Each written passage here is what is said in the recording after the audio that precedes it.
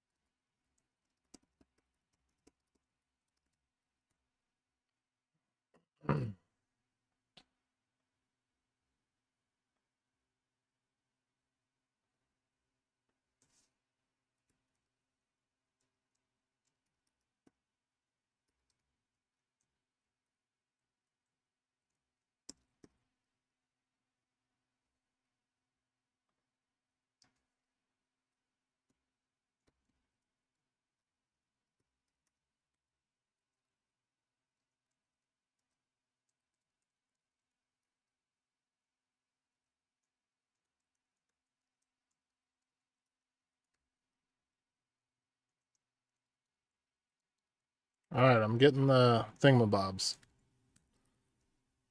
Technical term, thingamabobs. Getting them.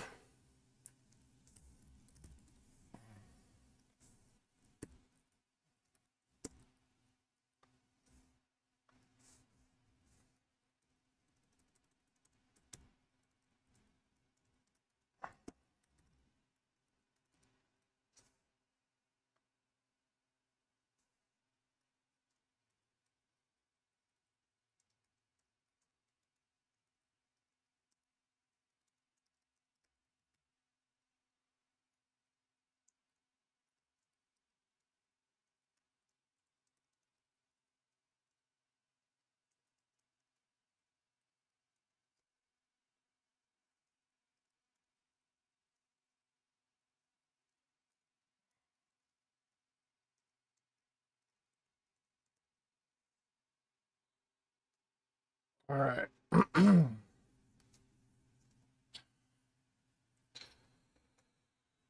Oh. Let's see what's going on here. All right, we get our music back in place. Let's get that going. Maybe mellow's too mellow. Maybe we could go for something that's I don't know. I like mellow right now. Goes for something synthy. All right, we'll try it. We'll try it.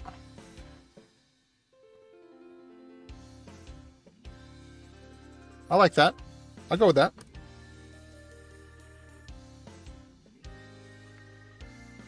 All right, let's get in the mood, everybody.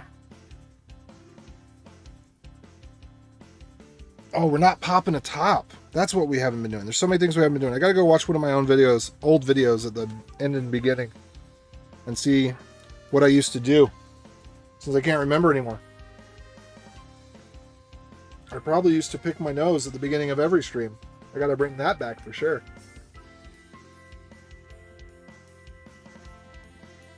I do like this. All right.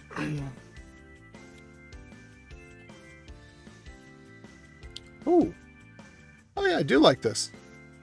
All right, everybody. So I'm back from dinner and from a very short ride just down to the mailbox and back on the four-wheeler.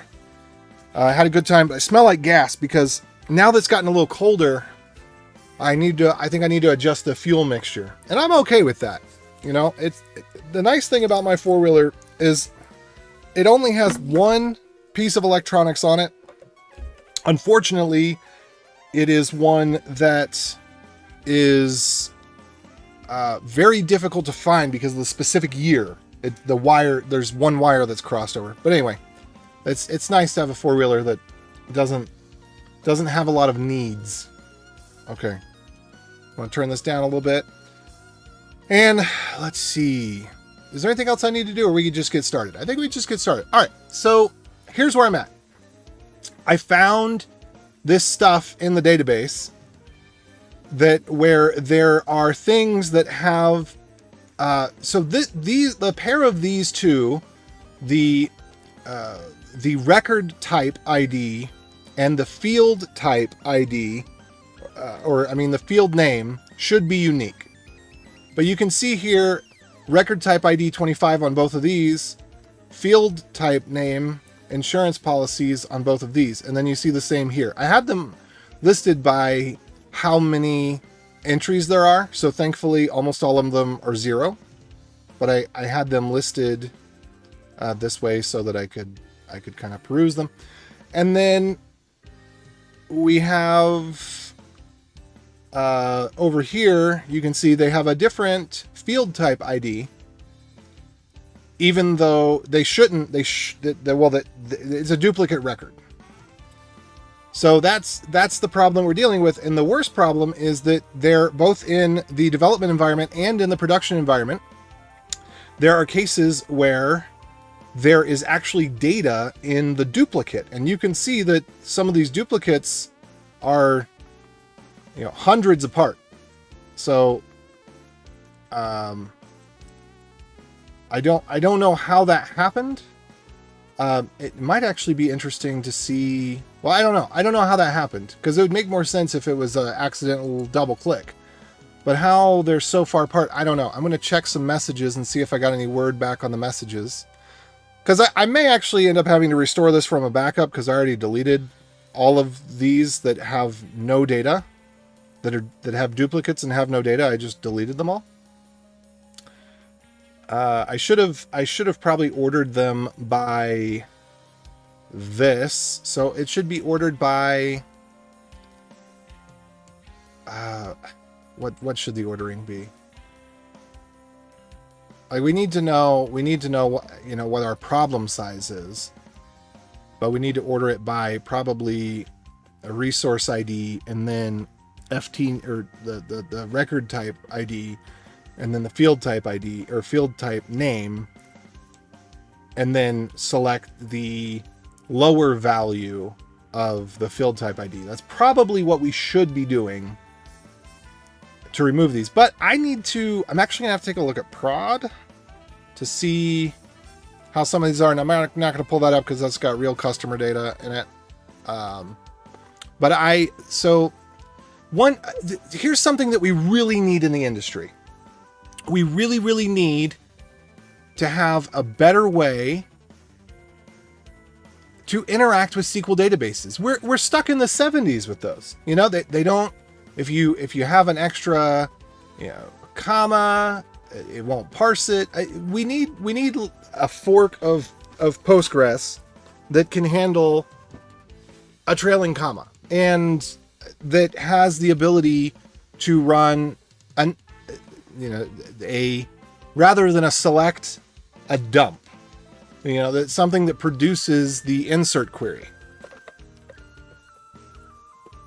Properly escaped and all that.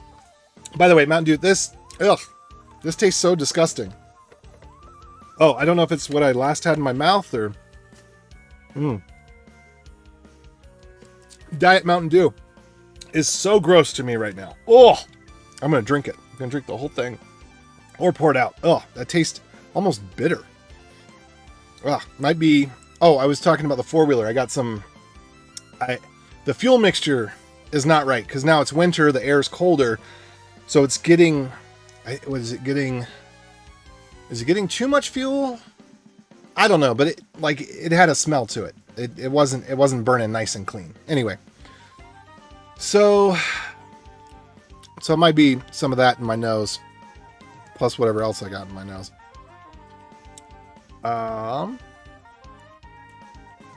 So it's kind of funny. We'll see how this works. Here's what GPT gave me as I was asking it, how do I get it to export rather than export as a table?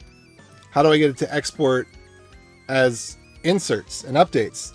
And that's what GPT gave me. That's the best it could do.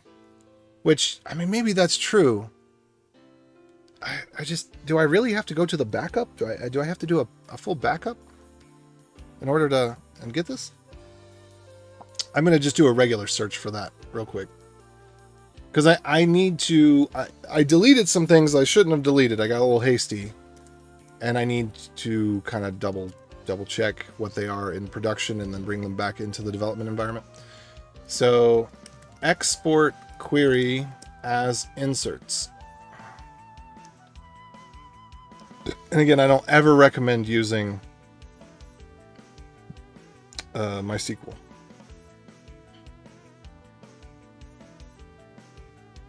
But that's what I've got. Should always use Postgres. Doesn't seem a way to get the insert statements from MySQL. We can use MySQL dump to omit table creation.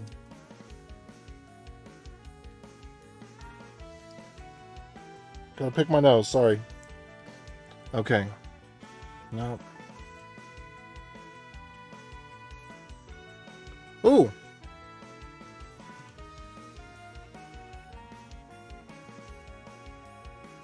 Interesting.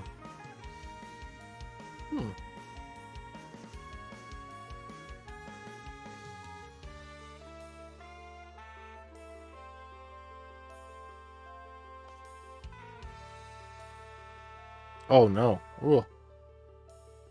Yeah, I guess SQL Workbench is the way to do it. MySQL dump. I don't really want to. That sounds like the way to do it, but I don't really want to do that. I mean, there should be a way to. Yeah, separator. /n.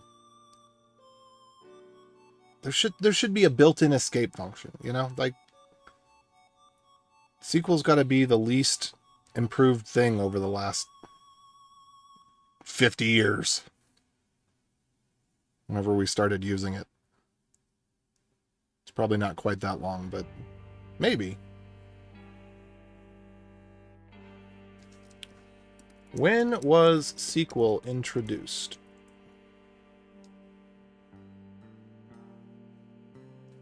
$1979. Oh, again, sorry for the nose picking, but it's got to be done. Someone's got to do it. And if it's not going to be you, it's going to be me.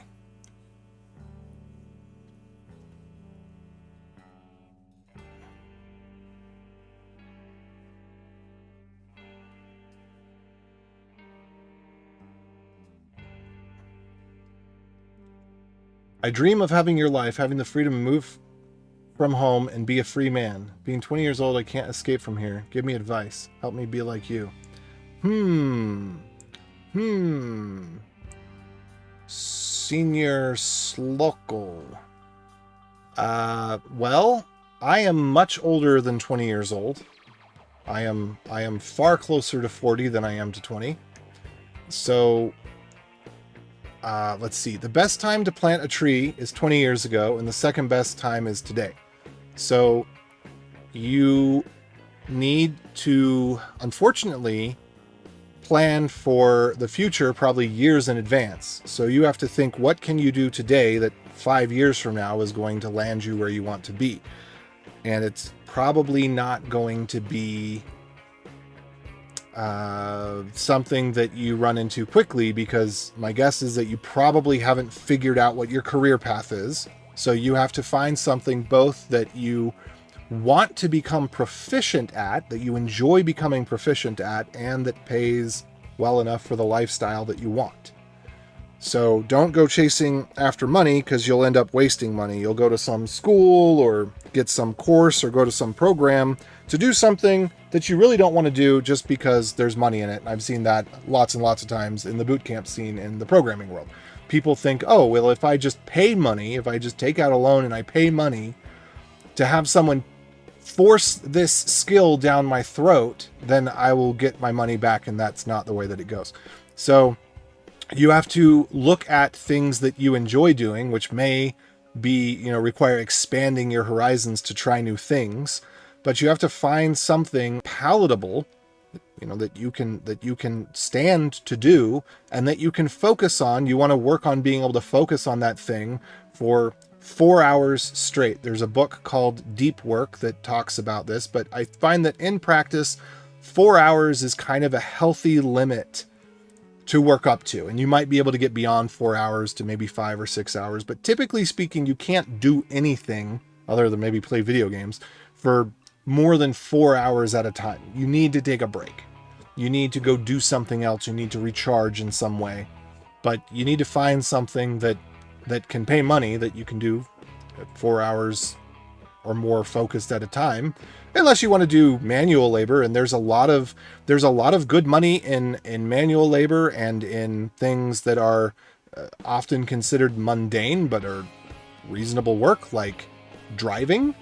You can, if you were to own your own truck, which is not something most people do, but if you were, you can, and if you were to be a diesel mechanic, you can do your own diesel mechanicking, monkey wrenching, and you were to own your own truck, owner-operators can make in the realm of $200K a year. It's not super difficult. It does take some education. It's not super difficult to learn how to be a diesel mechanic. It is approachable, but not everybody wants to do that. And if you can't be a diesel mechanic, then owning your own truck and doing trucking is unreasonable. Just an idea. So, yeah, if you want to find freedom, you need to carve a path for yourself. And a really, really, really good thing to do would be just to help people that you know for free. So people that own a restaurant, people that own a dry cleaners, people that own a mechanic shop, go and find out what their problems are and help them for free. I mean, this works really well if it's somebody that's your friend or an uncle or a cousin or whatever.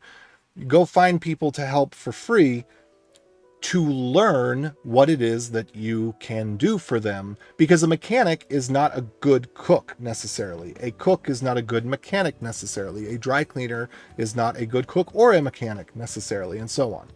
So as you interact with people that are your loose contacts in their areas of work, you will find that you are proficient in things that they are not proficient in. And with a lot of web developers, this is how they get their job. They suck at being web developers. But compared to the people that they're interacting with, they are experts. And so as you interact with people, you will find areas in which you thought that you had a mundane skill that it turns out both the dry cleaner and the mechanic really need.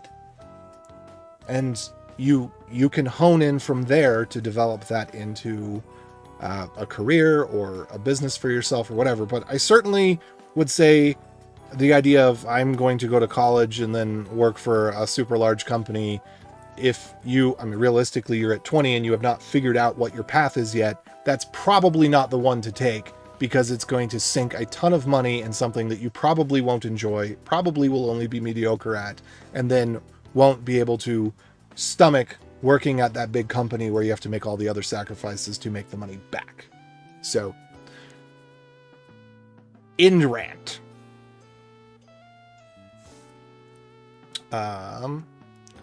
And Honene, that was an AJ Life Tips rant.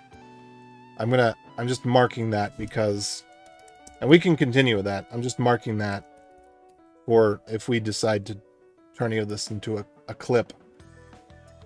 That's wisdom that I feel comfortable sharing and clipping. Okay, so where was I at here? Let me get back into the thick of it and continue to ask questions.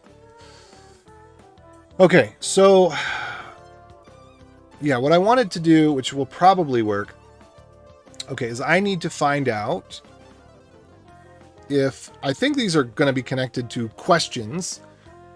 So the records, the fields of the record are connected to a question, which is connected to a questionnaire. I need to find out in the production database, because I deleted this one over here, I think.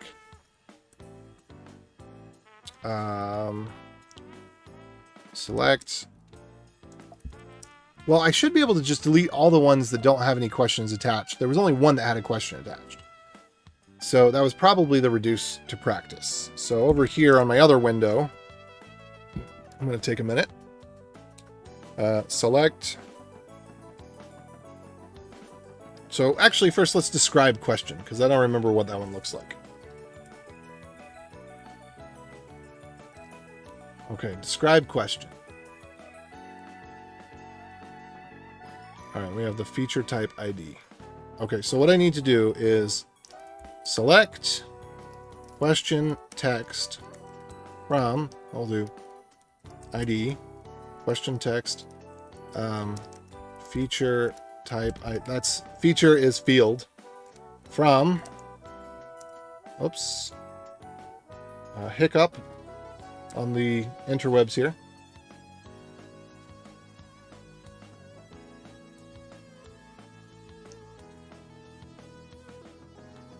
Well, freedom doesn't start with the house. And the house does not give you freedom, because the house comes with interest, and it's not... The house is certainly not the end of the line. Oops. Okay, I don't know what's going on here. Did this stop working? Did I lose my... What did I lose? Keyboard's on. Let me make sure I plug the keyboard in. I don't know what happened. I lost the ability to type. Could be the internet hiccuped. That happens sometimes. Okay, let me try on this window. Okay, this window's working. All right, so something happened here. Oh, I just lost the ability to type. Okay, question.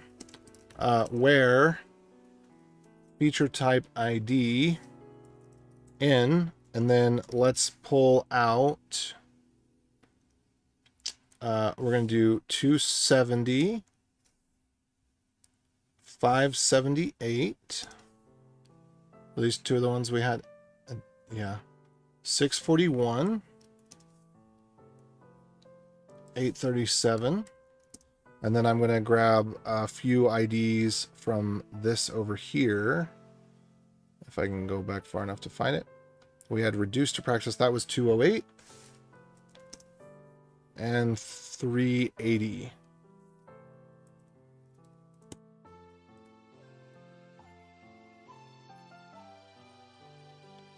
Okay, so there's no question associated with most of those. So question text, we might need to truncate that. I don't know how we truncate. Maybe truncate. Let's see. SQL truncate. But the relational algebra behind SQL goes back at least another, I think another 10, 15, maybe 20 years. Probably further than that, but before there was SQL, there was Prolog. When was Prolog introduced? All right. Nope. Slice text. Subster. Okay.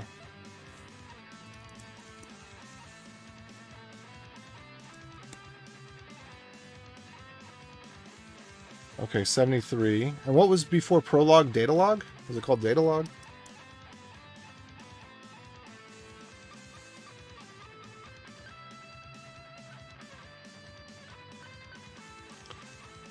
That was based on relational algebra, just like SQL is, if I recall correctly.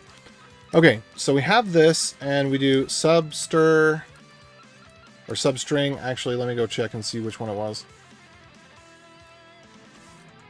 SQL substring. Substring function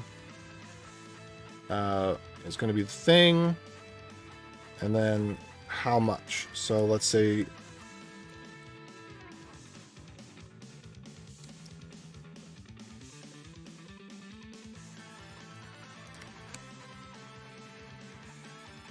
I'm very confused.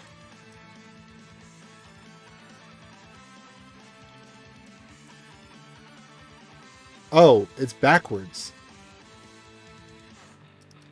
It's what character do you want to start at comes last. What? I am so confused. Does it have to start at 1? Is it 1 indexed? Interesting. Okay, so let's go ahead and grab 40 here.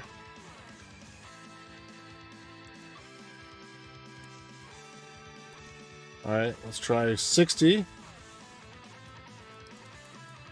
Alright, there we go. So I'm going to take this, I'm going to drop it over on prod and see what happens.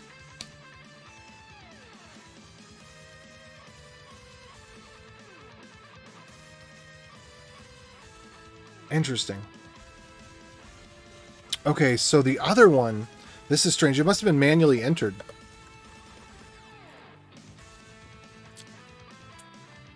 I think what's wrong with this is it went flat. That might be what's wrong with it. Yeah. I think somehow it went flat, which doesn't make sense, but... maybe diet soda doesn't do well in styrofoam. No, I don't think that's it. I don't know what happened, but that's part of the reason it's so disgusting. Other than being diet soda, which is always disgusting. Okay. Dang. We also have duplicate questions.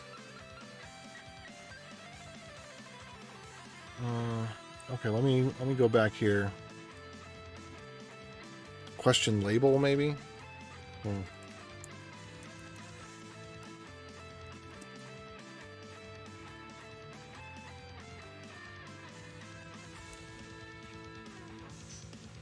Okay.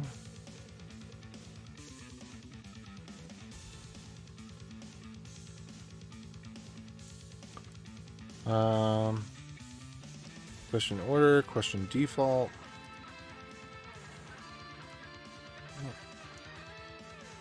Question comment.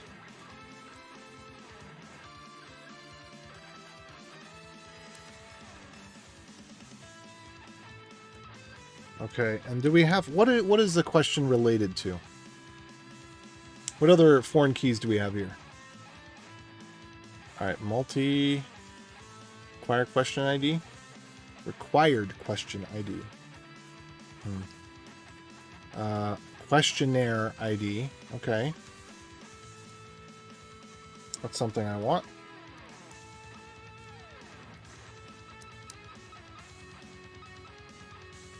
Okay.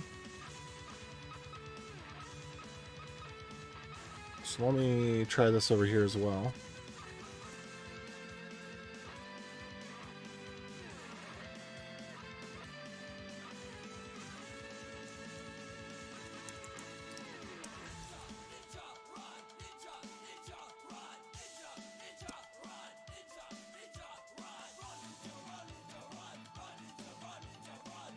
Let's see.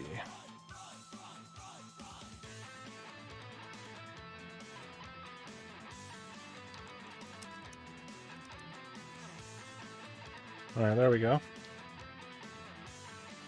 So it'd be interesting to see then describe questionnaire.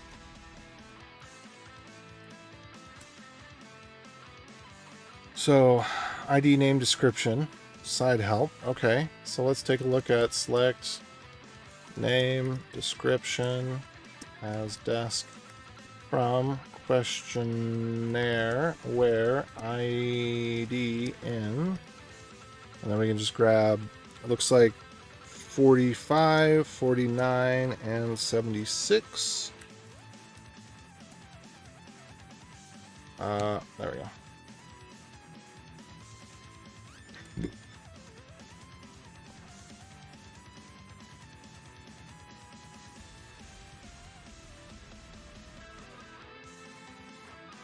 I don't see...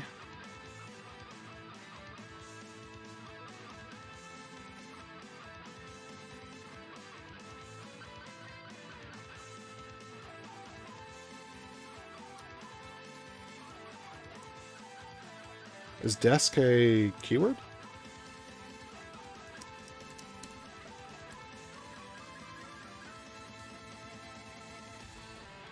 Oh! I did not know that desk was a keyword. Maybe it's short for describe. Alright.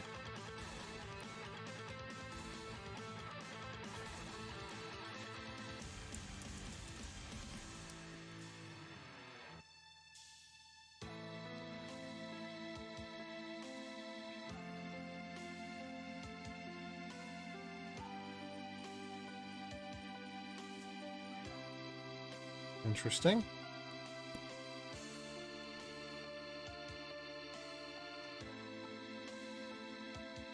All right, so two of these questions are similar.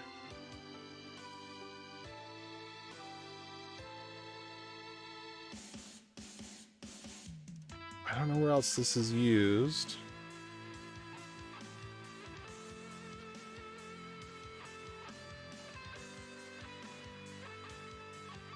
Okay.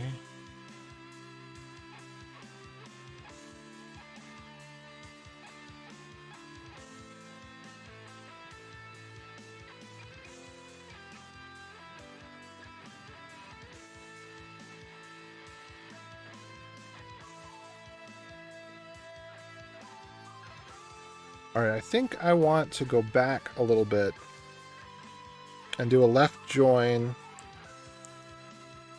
No, what do I do? Question ID? I need to look at the question ID. If we go back to this from earlier, and then can we also select...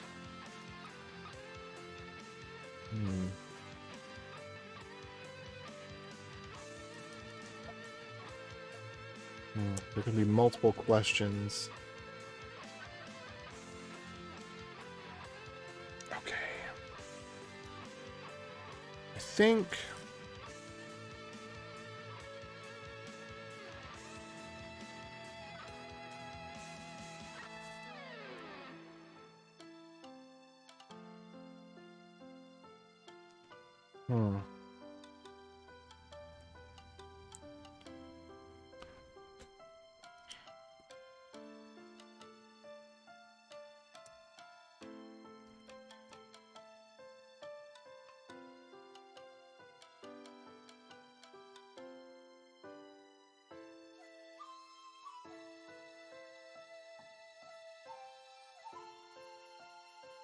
Alright, so what I want to do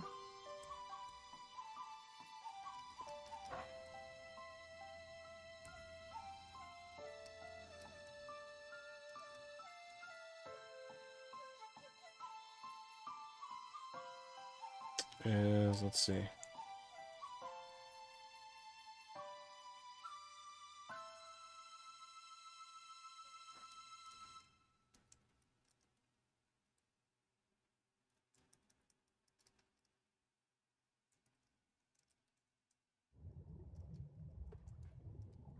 There we go.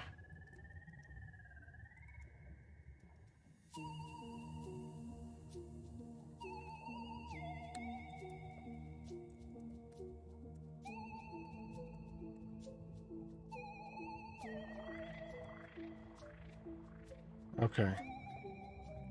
So these are all field types with duplicate record type plus name.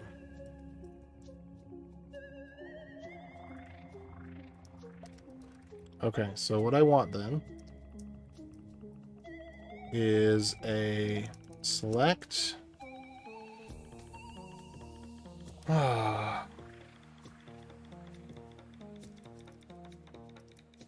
question.id. We can just do q.id, q.question label as label, q.question text substring. Was it 1, 30, 40? Let's do 30 to start with. As text where ID in. So field type ID in. There we go.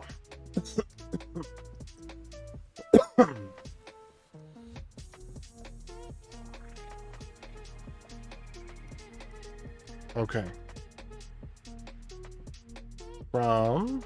And this is going to be a couple of parts here.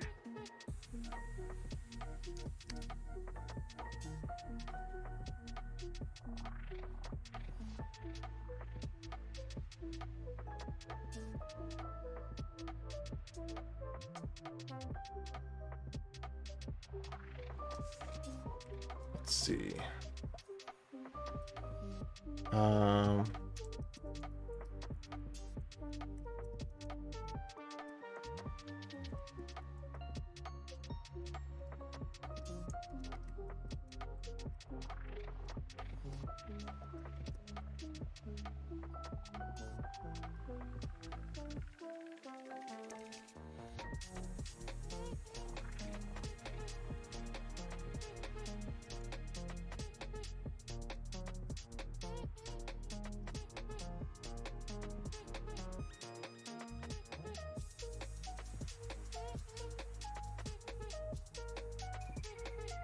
Okay, so what we're going to end up with here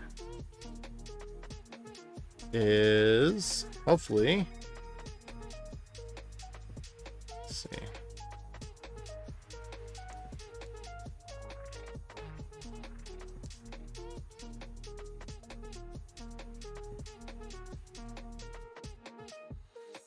Oh, yes, trailing commas. Always the trailing commas.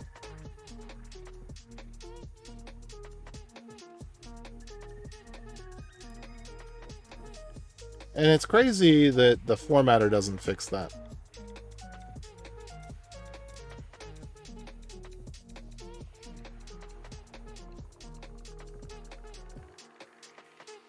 Okay, what's...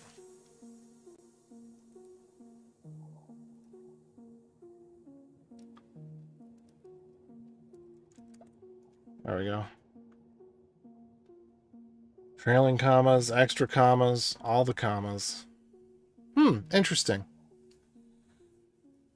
ID, no. Oh, okay. So let's tighten this up a little bit. So QID as Q.ID. And then we're going to do FT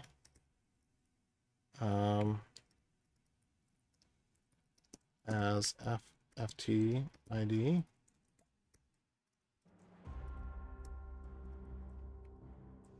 All right, and this one, actually, this is not surprising because this is where I cleaned it all up. Bach. Humbach. All right. As...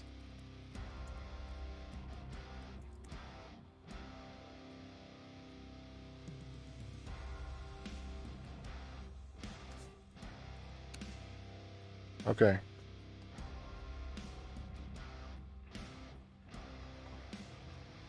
And you know what would actually be even better? Is if we could do...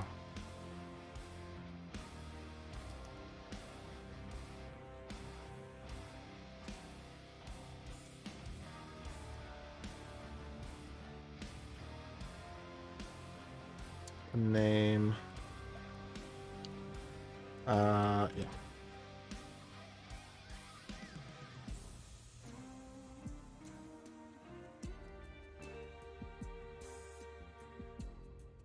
All right, let's copy that. How's it going, everybody? Okay, so...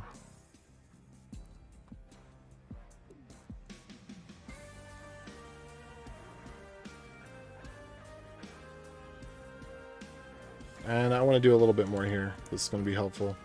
So we're also going to left join resource type as record type on record type dot ID equals field type dot resource type ID.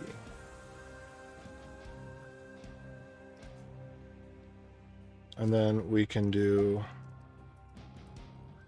rt.id as rtid and rt... Yeah, there we go.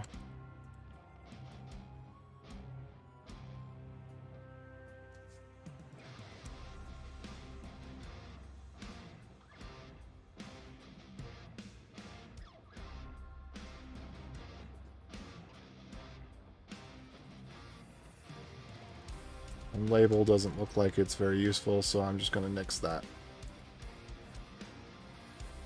There we go. Okay, I'm going to run this over on prod real quick. And that should give me a lot more. Yeah, okay. So it does. But it doesn't look like it's linked to anything.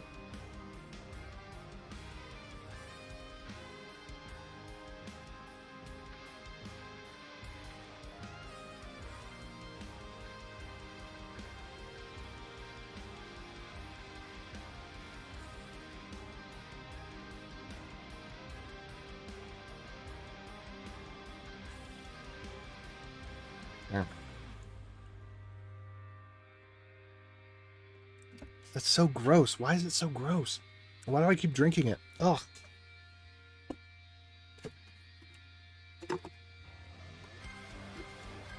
Oh, that one's warm now. I need something else to sip at. This one's probably warm.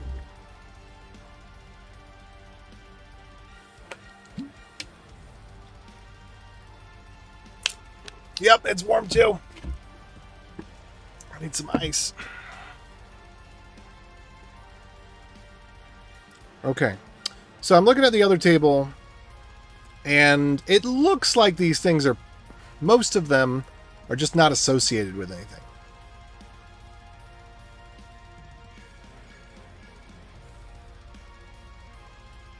Okay.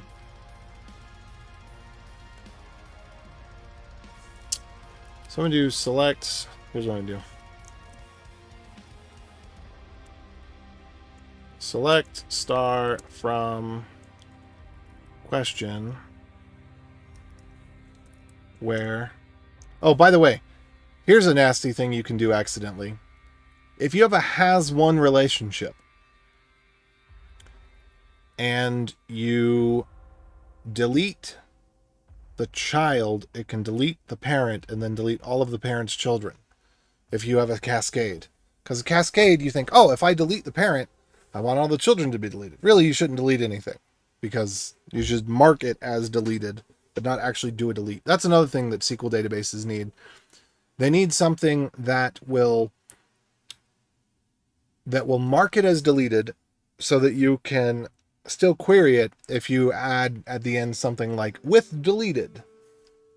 And so you couldn't use the ID again.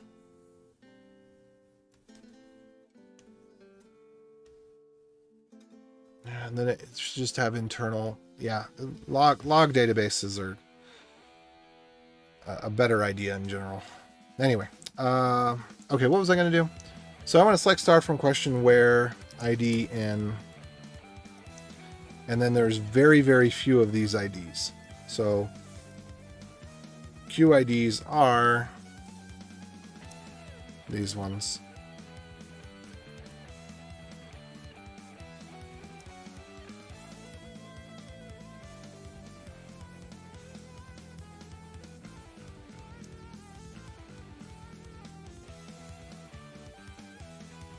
It's so weird.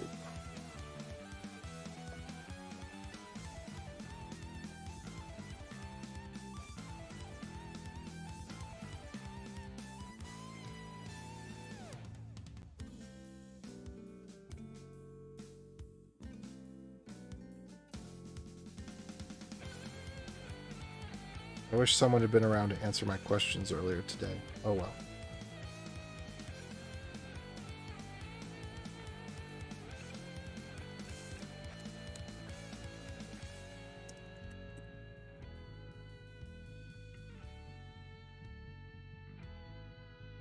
All right.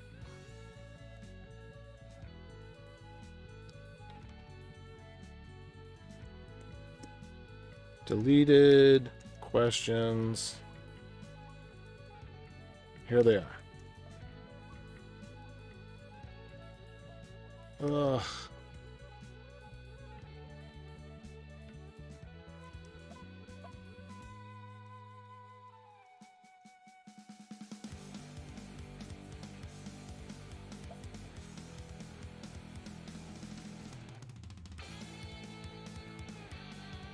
Sorry, I have to update this right away. Update question set question text equals where question text equals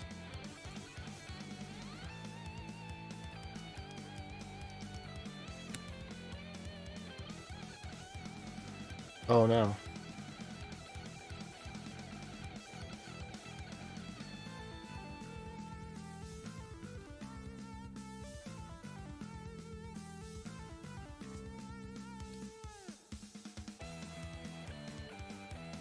Oh, question comment.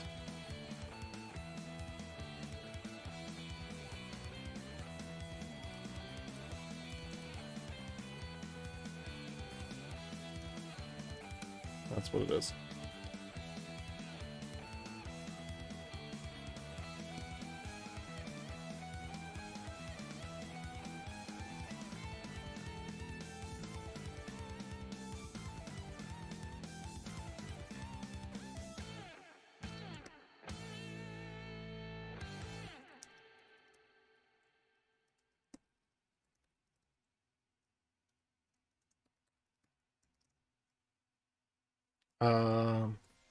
Current time?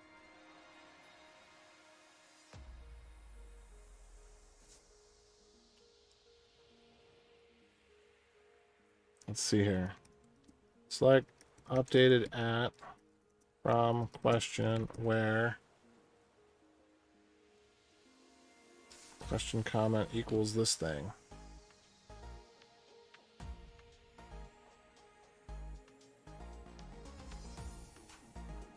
Good.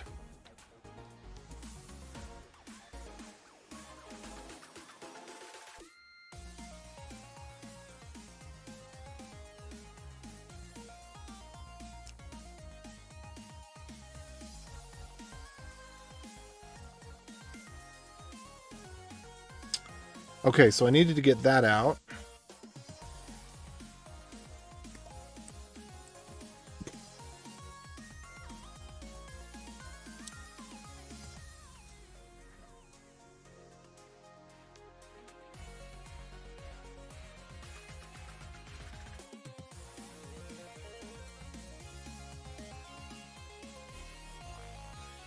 And then I need to get back specifically the ones that had data associated with them in prod, which is going to be up to ID 380.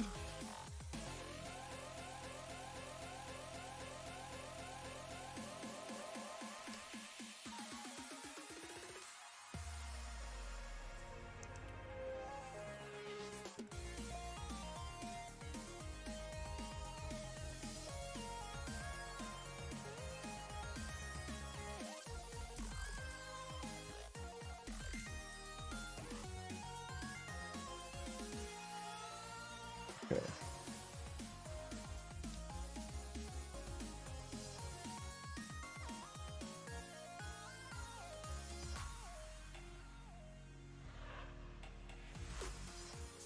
Wait, something's wrong here.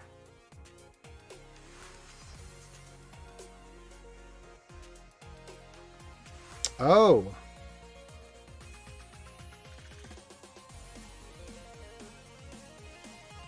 Interesting.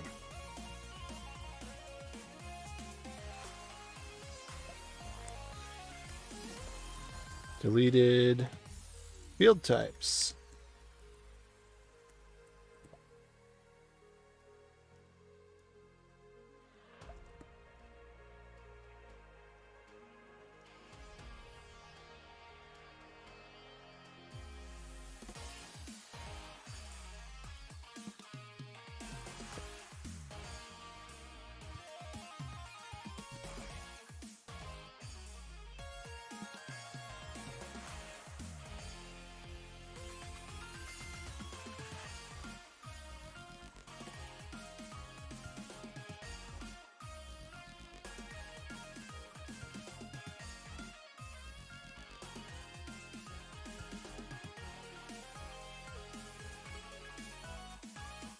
Yeah, I'm telling GPT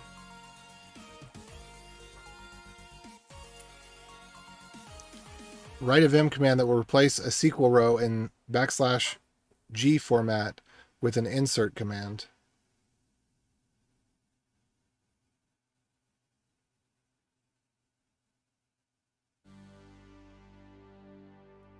Didn't do it. It's okay though. It gave me the right idea.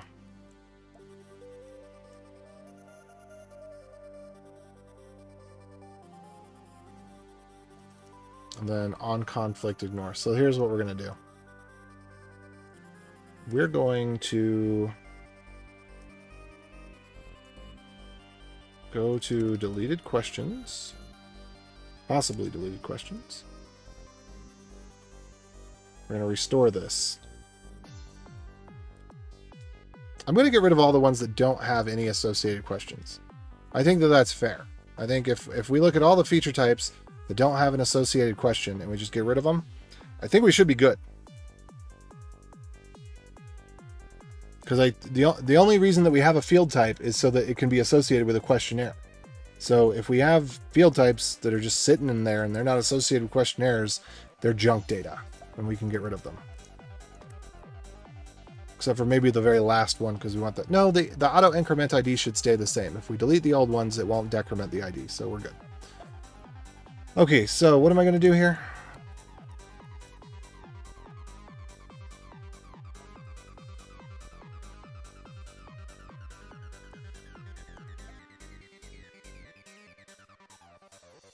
All right, so 101. 101. Okay, we're good. So what we're going to do then is we're going to do... Okay, we're going to replace question, text, space, dot star with question, text, right?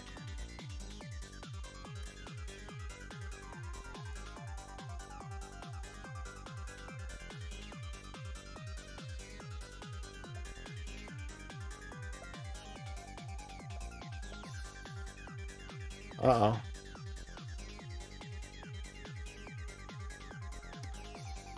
Reduced this technology to practice. Okay, I don't think we're using the patent questions anymore. So I don't think that one's going to matter.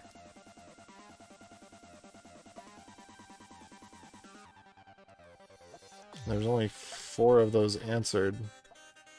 So I think that that was probably a beta program. Whoa! That's okay.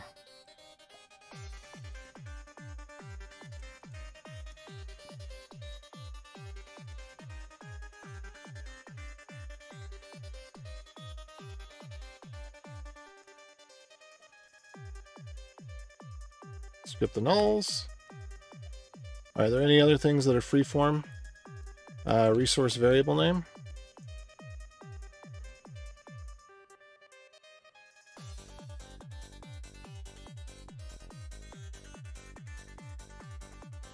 Okay.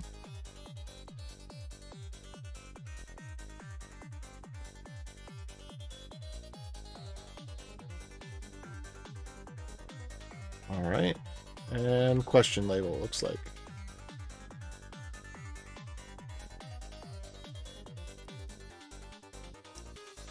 Ooh. And then we have the created at, updated at.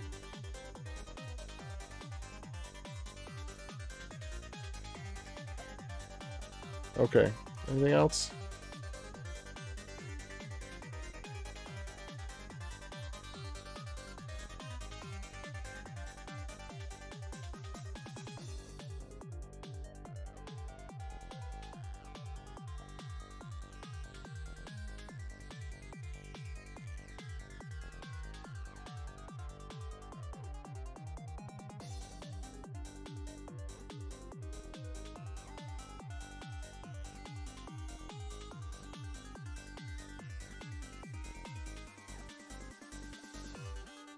Okay, so looking for any other text. It's just raw text here.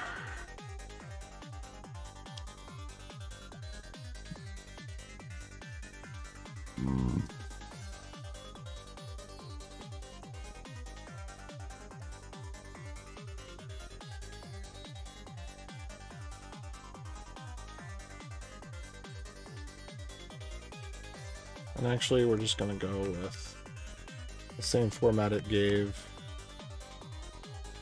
just in case. Whoa! Okay, so now the next thing we need to do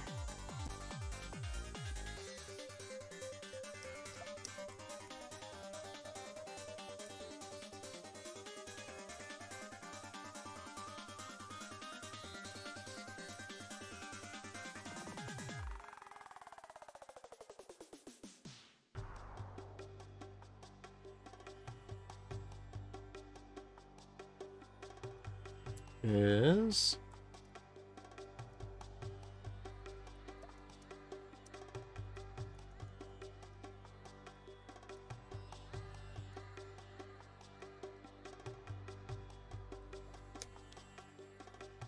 now we change, we get rid of all of the colons. So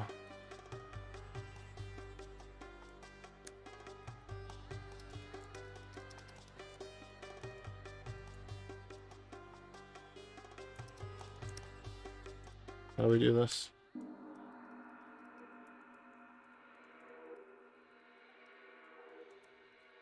What's up? How's it going? A through Z, 0 through 9.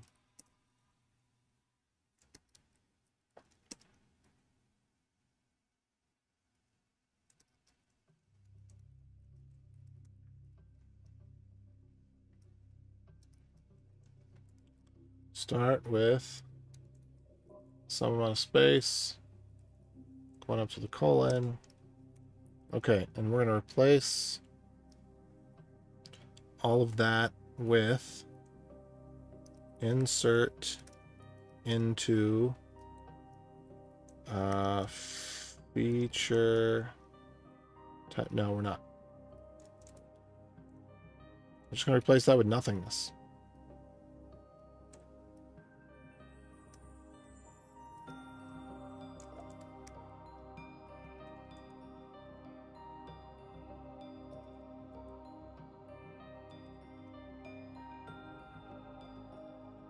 Oh, and then we got to include the underscore here too.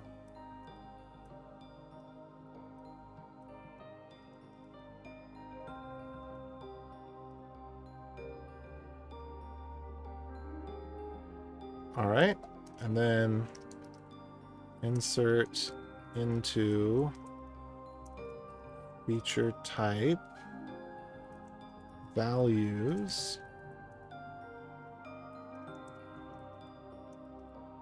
And then all of these, we just need to have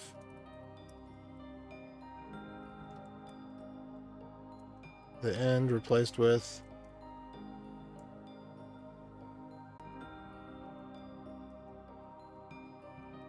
there we go. Except for that one. And we do that for all of these.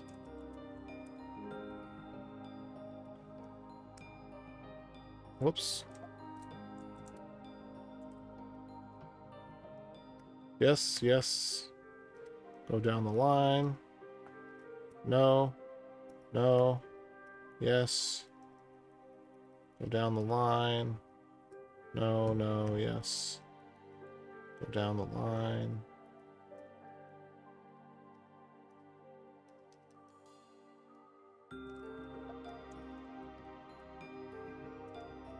Okay.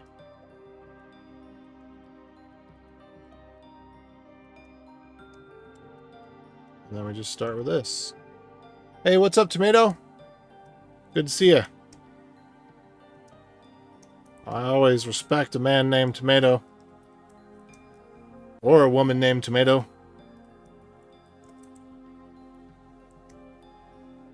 Okay, so there's my 4 rows. So, on conflict ignore. That's the last little bit there that I needed. Okay, so now I turned... That's just way too much work. But now I've turned these into the correct thingamabob. So now I should be able to copy 1, 2, 3, 4 and insert it back into this database.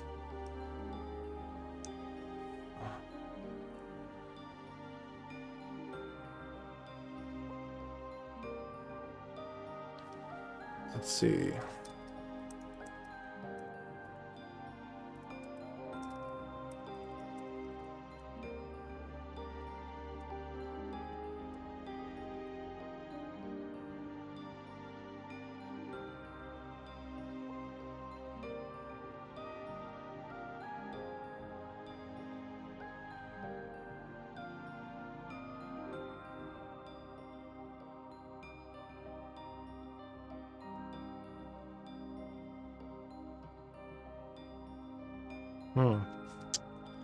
Okay, so let's get rid of the on conflict ignore. And then we're going to swap out insert with insert ignore, apparently.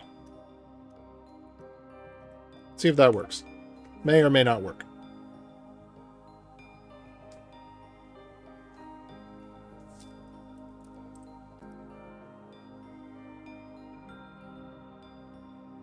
What?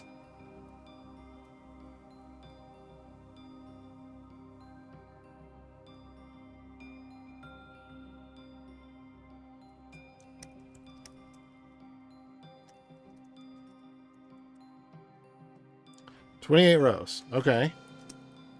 Oh.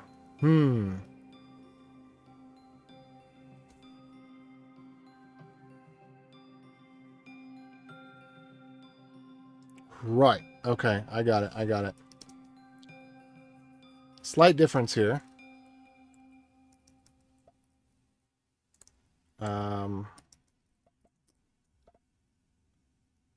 Okay, so there needs to be an extra null at the end of all these. Because there is one more field in the development database than in the production database. Which was the original reason that I started on this journey and found the data that is so offensive. All right.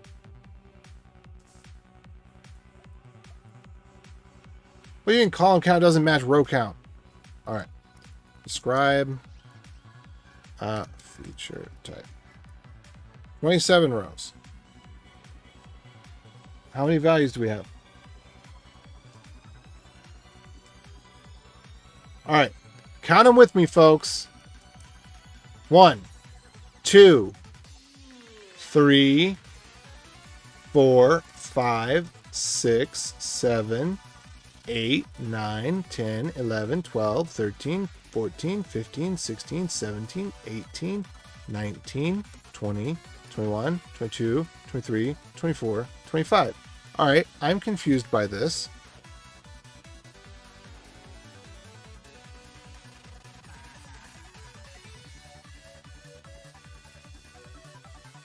Oh, crap. I think I know what it is.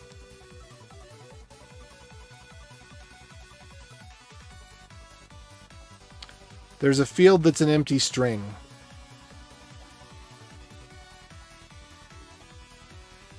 Alright, so we're going to have to try this again. It's not that big of a deal. But the empty string and all of my, fanciness here.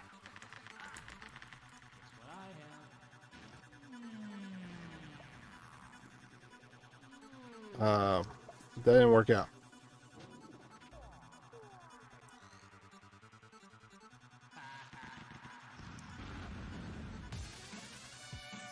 Okay, so what I need to find is where colon is the end of it all. Okay, question text. That one ends with a semicolon.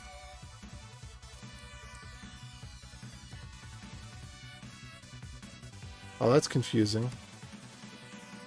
All right, let's count these.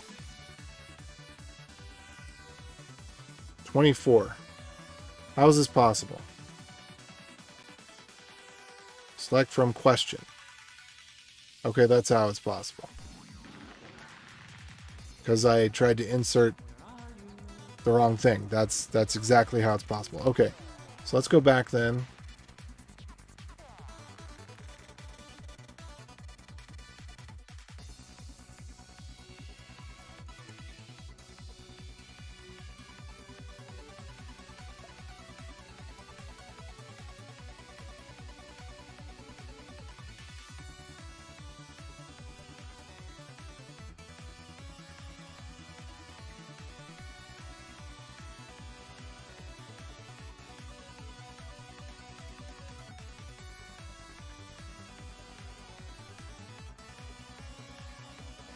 Alright, let's try this one. label or variable name or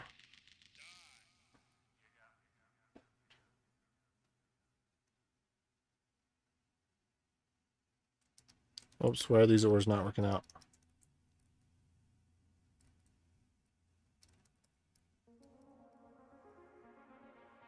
Or comment or text.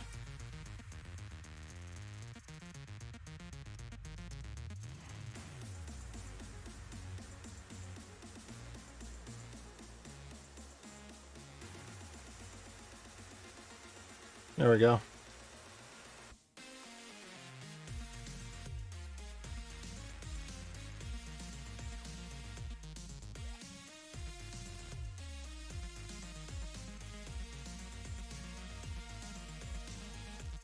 Okay, so that looks right. Let's just double check everything looks right here. And there was one typo in this one in particular. That's frustrating.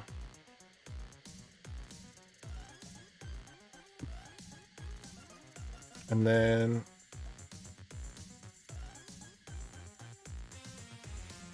what else? Ah! Okay, and then I was gonna get rid of all these, right?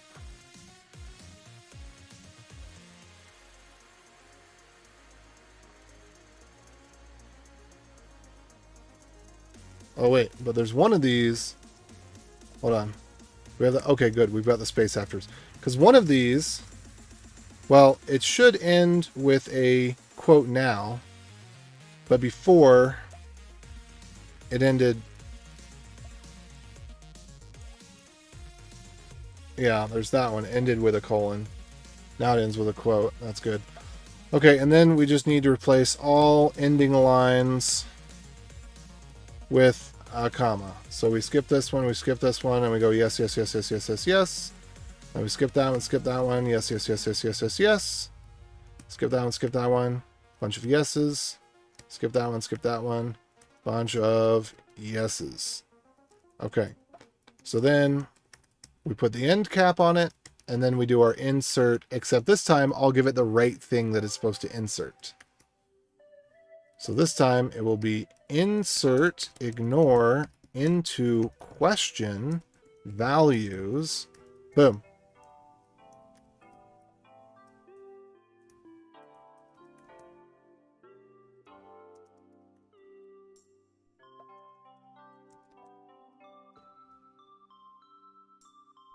Oops, and let's set no number. Turn the number off. All right.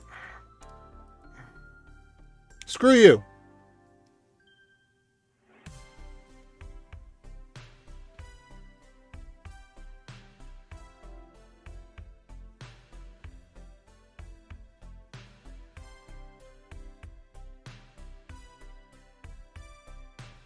Required question value.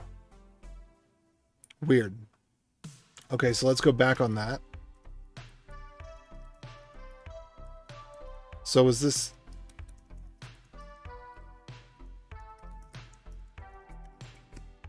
So systematically, that did not get picked up. Why?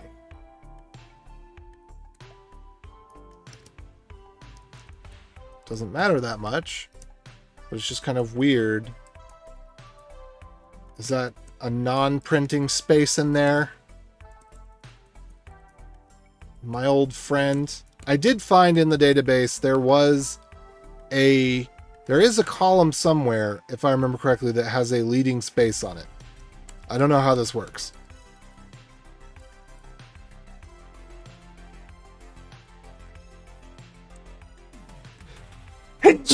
Oh!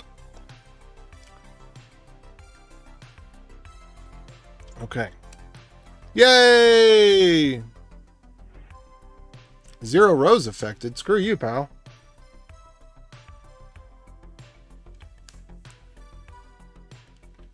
Hold on.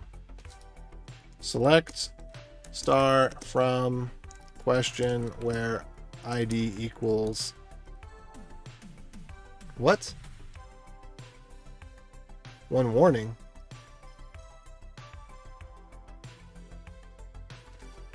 All right, let me go back to this. Love how it justifies keys and values with the colon in the middle. That is the \G. Are those Switch games in the back?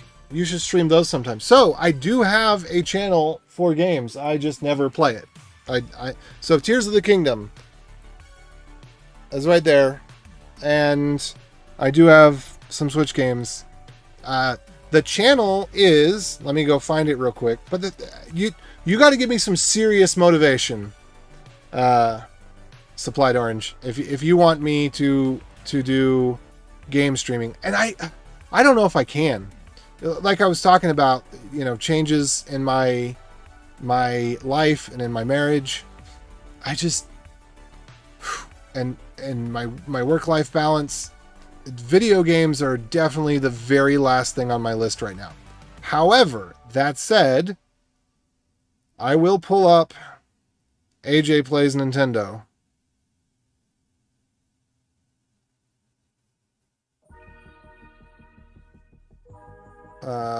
If I can get to it, where's the channel? There it is. Hold on, I'll throw this down for you.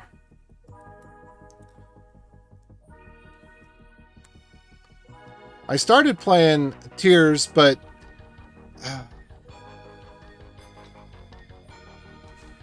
hey, iVitals. So there you go. If you want to see what the Tears of the Kingdom sessions I've done, there they are. Very few views, but yeah, I would put the game stuff on another channel. That's where it'll be. AJ Plays Nintendo. And it will probably never be anything more than that. But Tears of the Kingdom is a game that literally it's hundreds of hours long. And I kind of want to do a full playthrough of it, which I'm about halfway through at, I don't know how many hours it's been, but it's over 100. I'm about halfway through the game as far as what I think I'll realistically finish. And then I would love to do another playthrough on stream, because I stopped streaming what I was playing because I was playing with the kids, and, you know, that doesn't work out that I don't know. Maybe it would be fun to do. It's just the logistics of it are difficult. But I like doing it. It's kind of fun doing the voices. It has been fun with the kids. I did stream a few that I did with the kids. Let me find that real quick. If we go back to on this channel,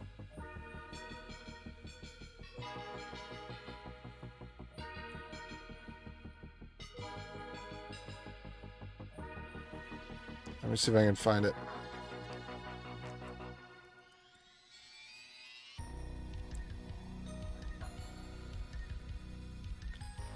Okay, so I've got a Skyward Sword playthrough up to part 4, and then I quit.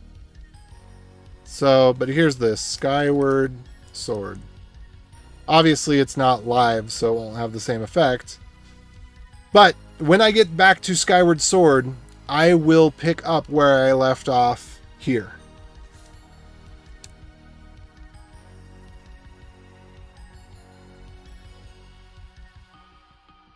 Okay. So the thing I don't know why I could have sworn I deleted questions. I deleted a couple of questions. How am I?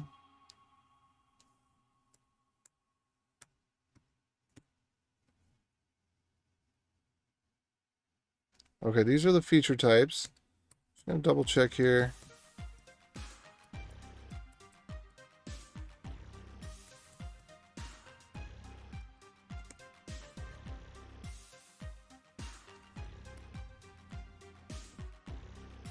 Okay, these are the questions that actually had answers to them. I'm trying to do this without deleting data.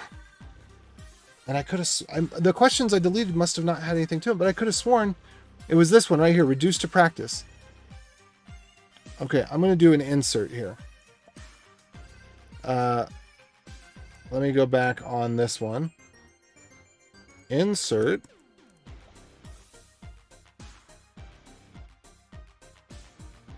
Oh, the feature. Okay, feature types have to be inserted first. Okay, that makes sense. All right, so deleted field types.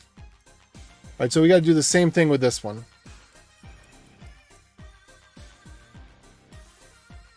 So we'll start off with, let's do this.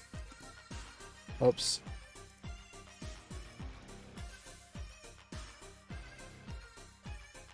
We'll do field types, reinsert.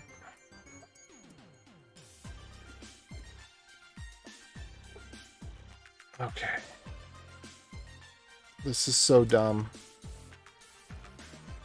I probably won't even need that in reality.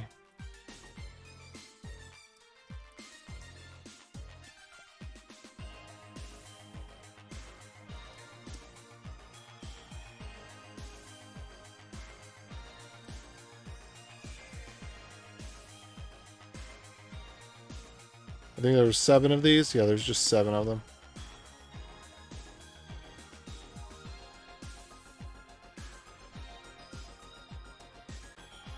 Okay, and then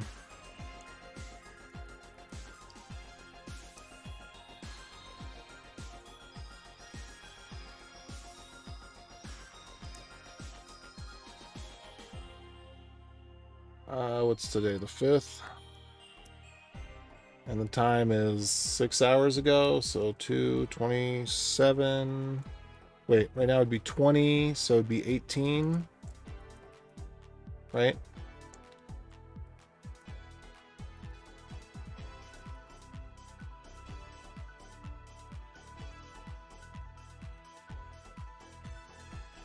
Oh, whoops.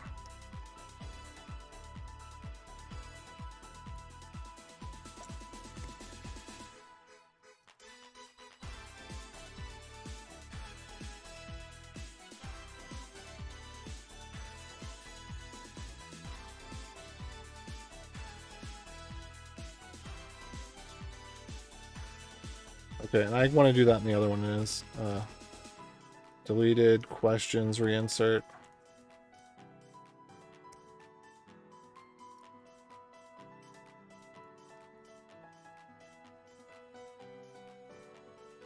Let's try this. 20 dot star. Let's try this. We'll capture 20 dot star.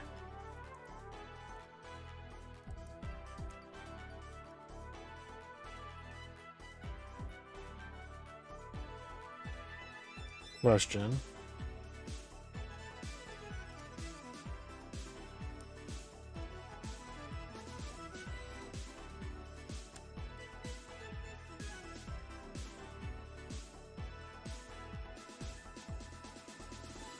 Then we'll replace it with 1. And then this.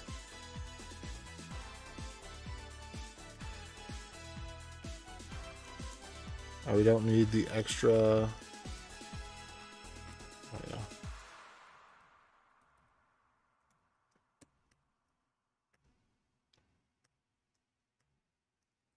Okay, 1, 2, 3, 4. Got that done. All right, sweet. So then here, what's our next step? Our next step, I think, is to put quotes around things.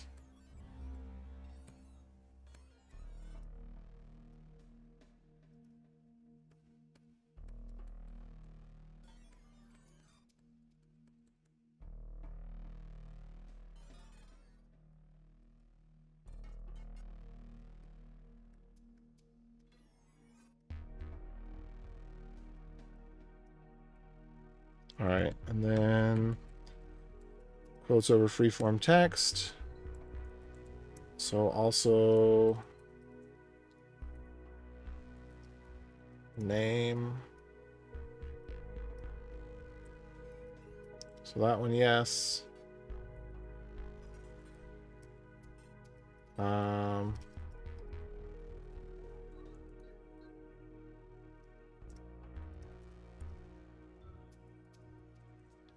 Yes, yes, yes, No, yes, no. No. Whoops. So that's yes. Yes. Yes. No. Yes. No. Yes. Yes. Yes. Yes. Yes. No. Yes. Yes. Yes. No. Yes. No. Yes. Yes. Yes. No. Yes. No. Yes. Yes. Yes. Yes.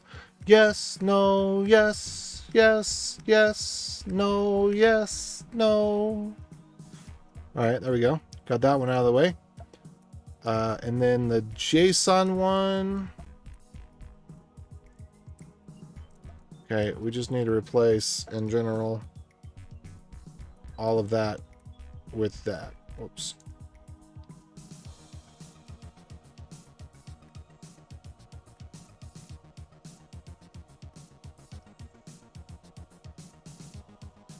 Okay, is there anything else that is texty?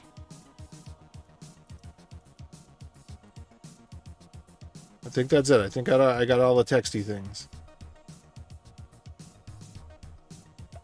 Okay, so now I need to do the thing where I get rid of all the beginnings. Like that. Except this can be a star. That's why that one didn't work out. The question placeholder would be that one in this one. Okay.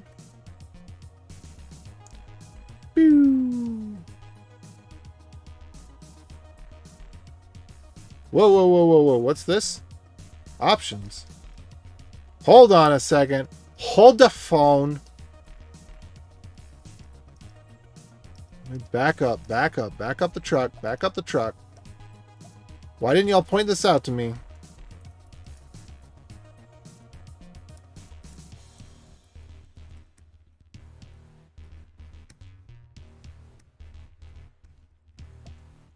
Ah.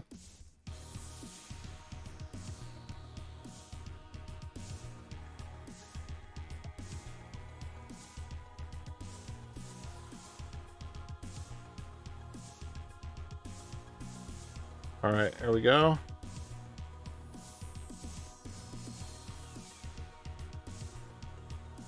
Wait, wait, wait, wait, wait.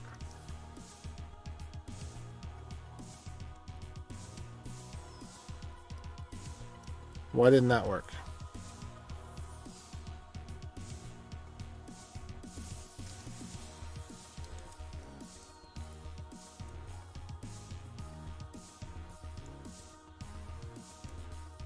There we go.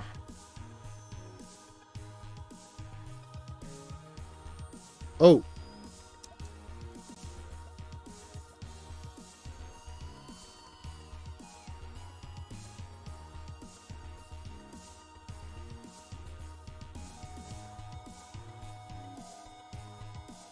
Oh, that question out should have been null.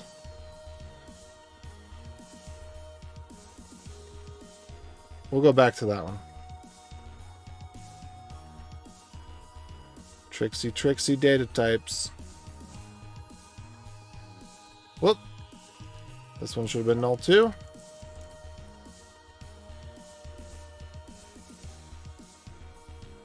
Well, actually, we're going to leave it as is, just in case I'm wrong. You know, because there's weird things that happen in data that's already malformed, right? Oh man, this is exciting. Man, who doesn't want to watch this? You'd have to really have a life to not want to watch me do find and replace on hundreds of lines of text.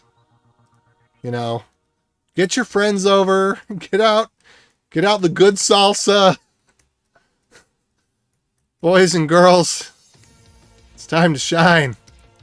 Okay, insert, ignore into feature type values.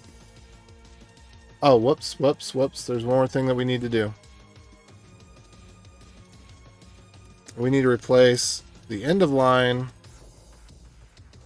with the comma. Not doing it there, not doing it there, not doing it there. Oops. That's okay. You know what? We'll just...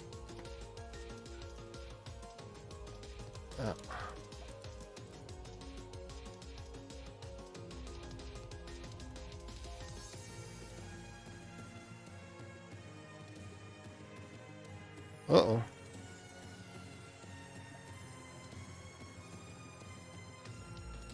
Alright, this one's tough.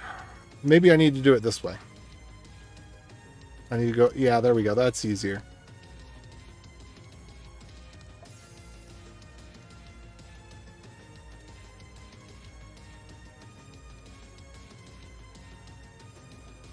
Yeah, then I can... I'll check comments momentarily. Don't get your knickers in a knot. Comments are coming. Man, there's just so much bad data in the database. Make me want to cry, you know?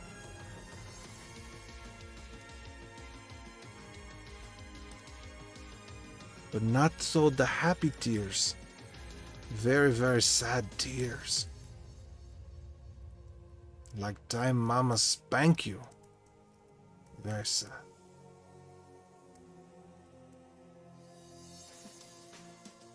Alright.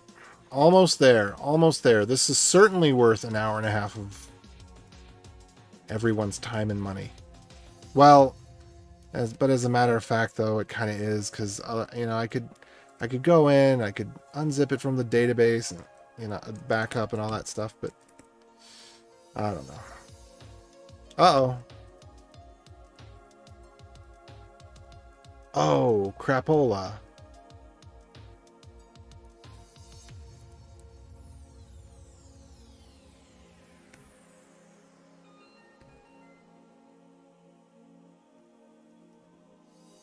Wait, what happened there?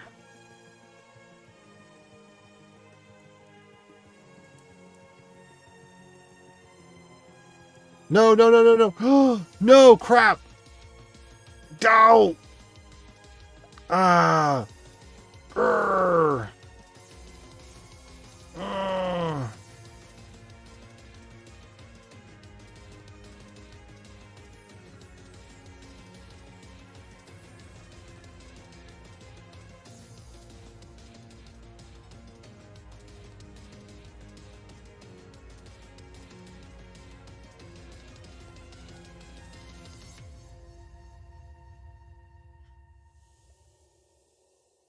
Okay, I think that nothing got too screwed up with that.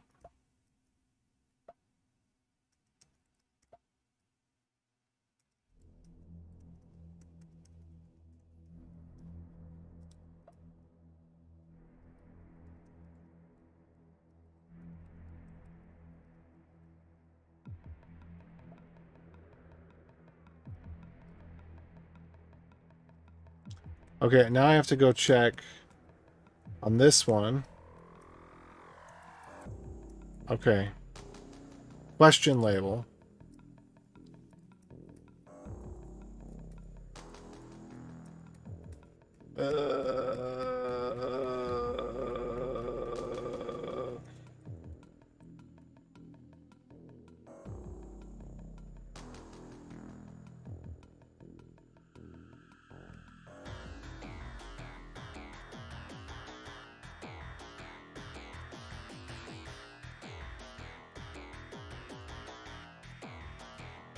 Okay, so what did this one look like? That one had a question mark, this one did not. Order by 20. So the one that was January, no question mark. Wait, hold on. The one that was January, no question mark, better capitalization. Okay, the one that was January is no question mark, better capitalization. This one, worse capitalization. Okay, alright, with that out of the way,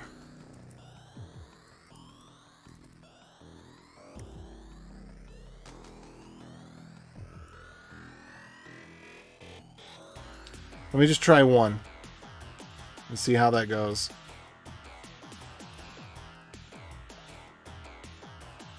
No! All right, but I know why this one is.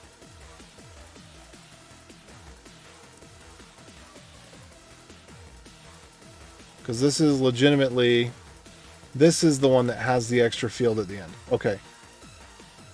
So really, we could just do a replace of closing parentheses, semicolon, with comma, null, closing parentheses, semicolon.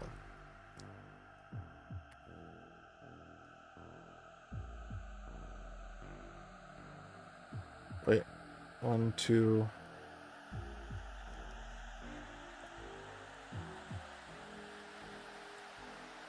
Yes, yes, yes, yes, yes, yes, yes. Alright, let's try the first one again, and then I'll check comments. Okay, maybe it would have been faster to restore the database backup. I don't know.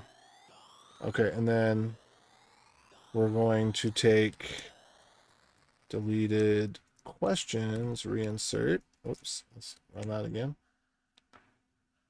And then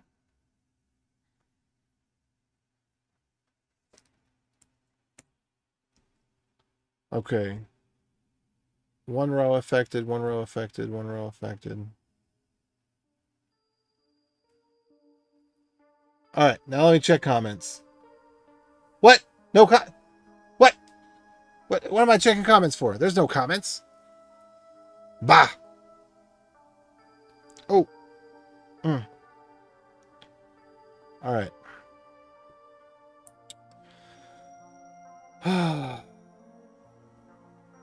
Alright, so now we're back to where I just restored the couple of things that I accidentally deleted back to the database. And I gotta loosen up my belt again because it's digging into my gut. Because I'm a fatty. Oh. Alright, so that's good. So where does that put us?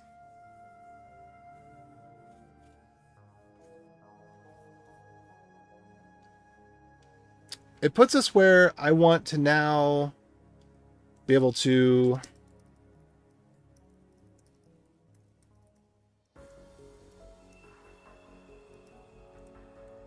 so I want to select ft.name, ft.id, ft.name, rt.id, rt.name, maybe like this actually.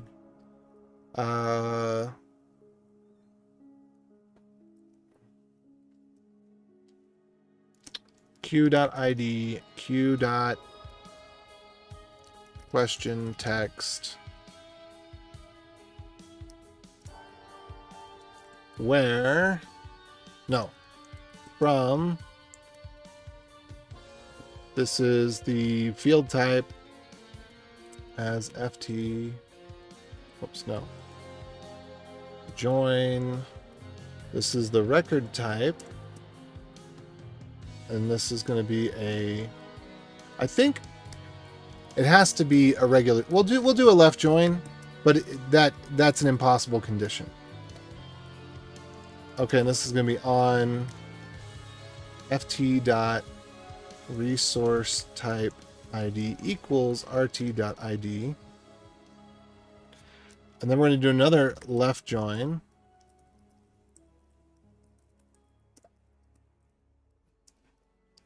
Question as q on question dot resource type, no, feature type id equals ft.id.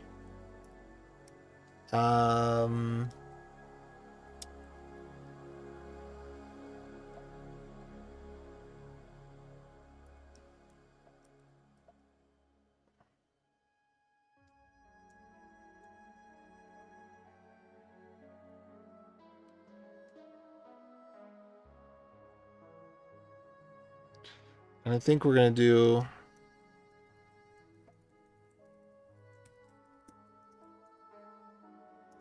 left join.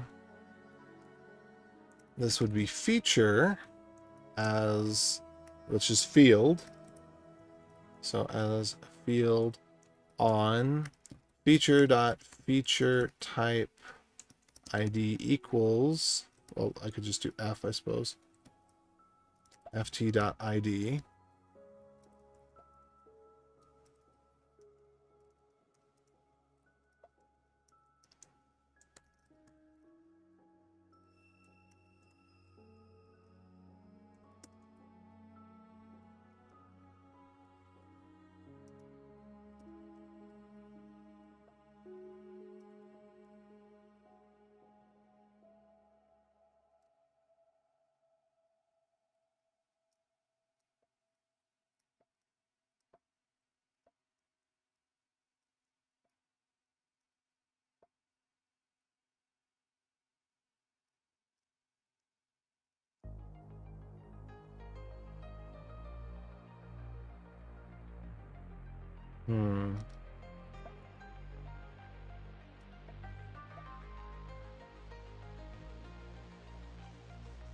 I think this is it. I think that's it.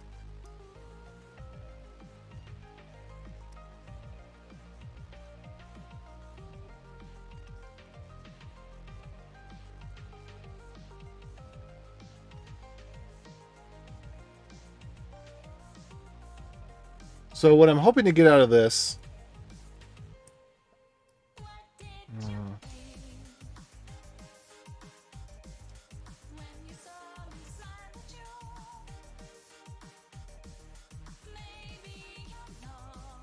count. Okay. I didn't accidentally spell a bad word there. Good.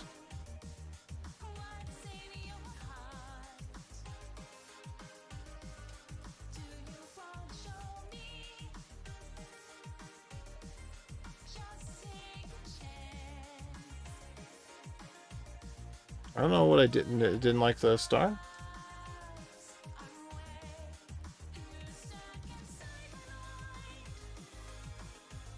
All right, question.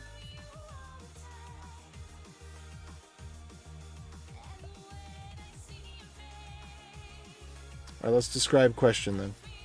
What I'm hoping to get out of this is a list of all the ones that aren't used and what questions use them. Feature type ID. Did I spell it wrong?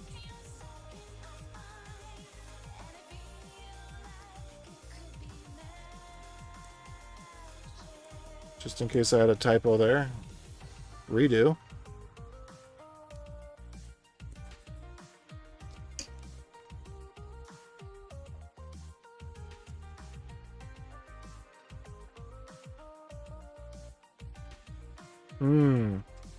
Yeah, this is not what I wanted to do.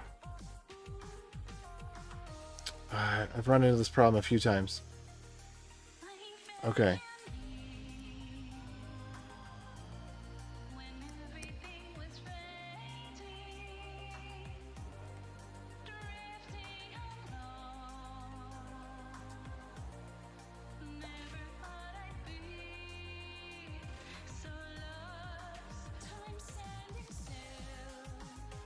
So group by t.id or t.id q.id, right? Having uses. No, I think that's it. Because I should end up with 1,500 of these things. And some number of them, probably a lot of them, will have 0 actual entries.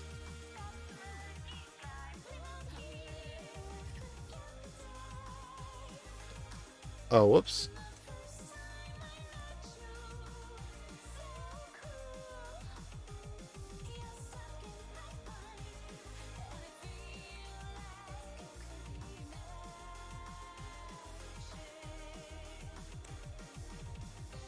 Oh, Well, that's a big one.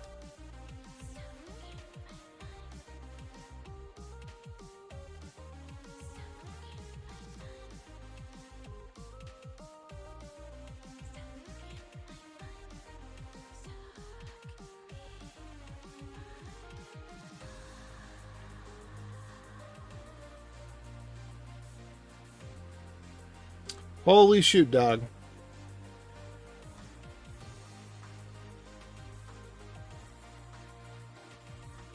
All right, let me try that one more time.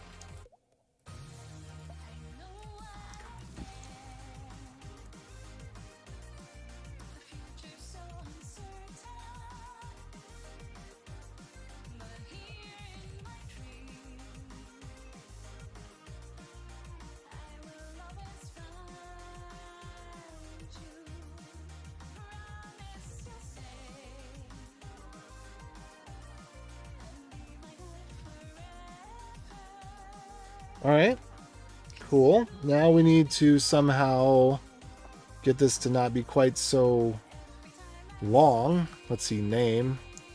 We need to let's see, as Q text. And then I guess we need to substring name 120 as Q, no, as FT name. What in the world are we listening to?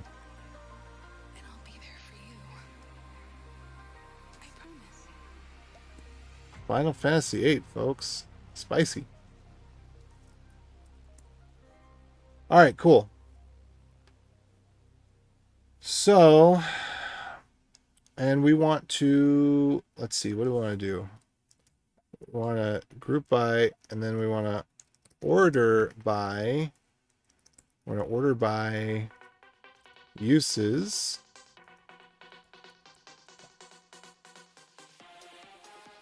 And this is going to be descending. And then after that is going to be rt.id, ft.id, or ft.name, t. Oh.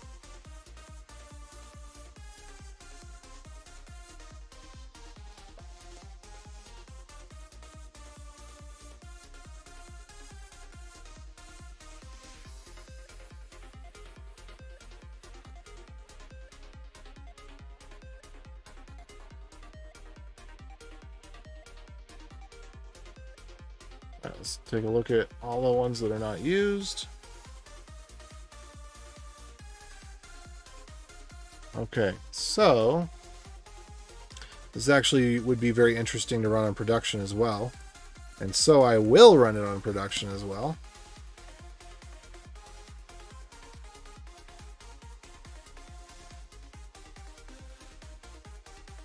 Wow.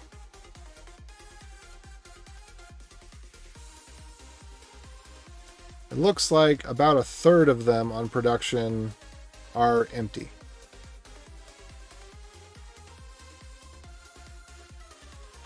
Okay, and we need to make another few changes here because one of the things we need to know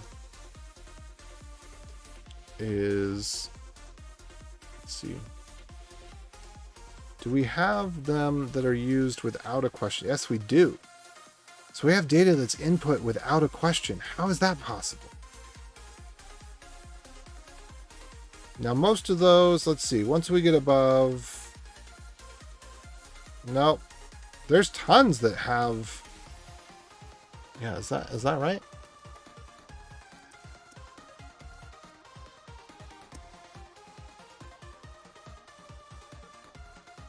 So these two, it makes sense that they can be null.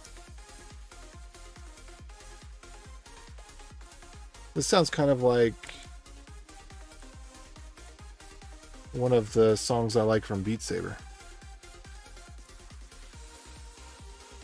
Okay, let's, I'm going to clear that and run that again over here. Taking a look at prod for a minute though. Okay, so a lot of these have the exact same, well, that makes sense.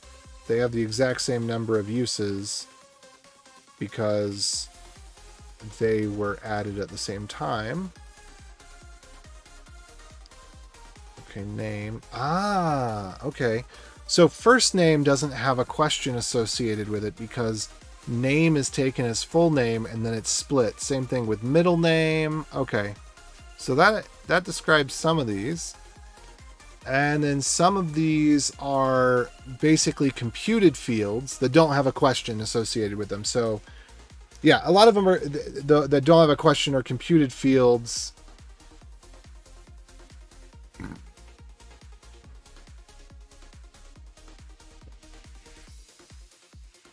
So they did something else. They clicked a button and it set information about them. Okay. But let's get down to the things that are used 0 times. The things that are used 0 times, I don't think a single one of them has a... Nope. There are a few that have questions associated with them. Okay.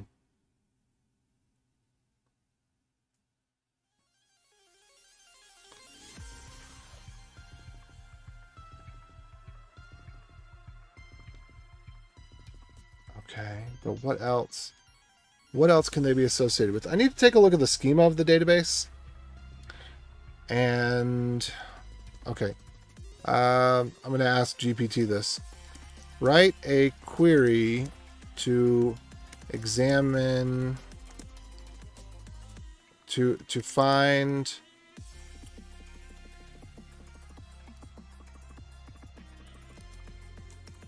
a query for a MySQL, write a query for MySQL database to find any columns in the entire database named feature type ID.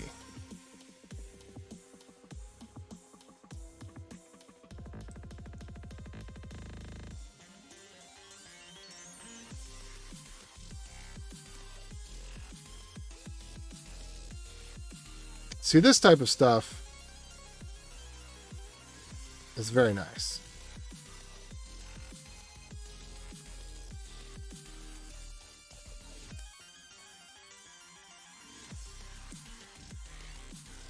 Okay.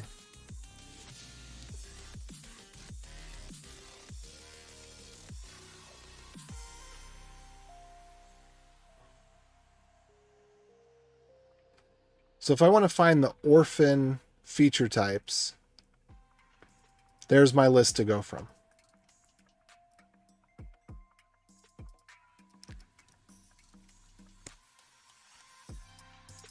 So that's all the joins I need to do. I need to find where not in and not in and not in.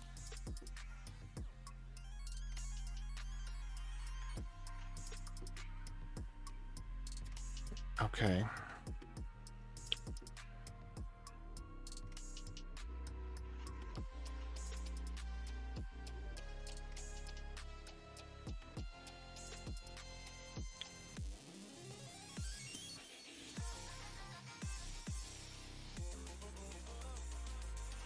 Okay.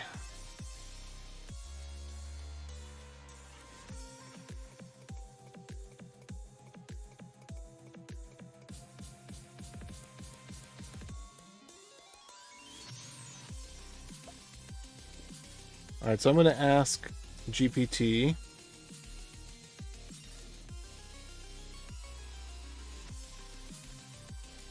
Write a query that finds all rows of feature type where feature type.id is not referenced as feature type underscore ID in any of these tables.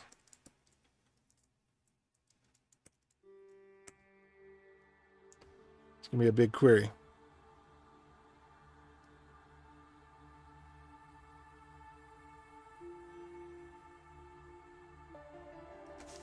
Can you use not in for that?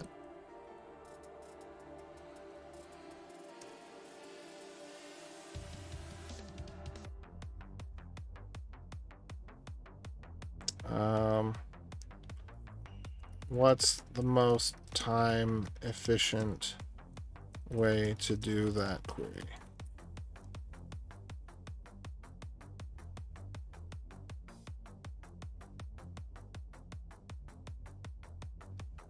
Okay, so here's what GPT gave me. We will try it. Okay. Find unused field types.sql. I'm going to call this one GPT. Okay. So we want ftid ft.name.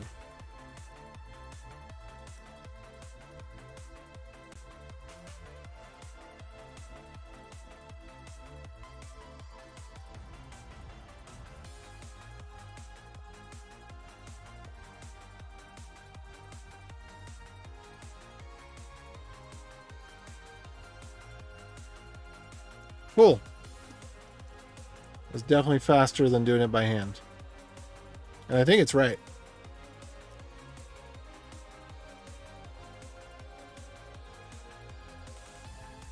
So let's try it here on the dev database. Oh no!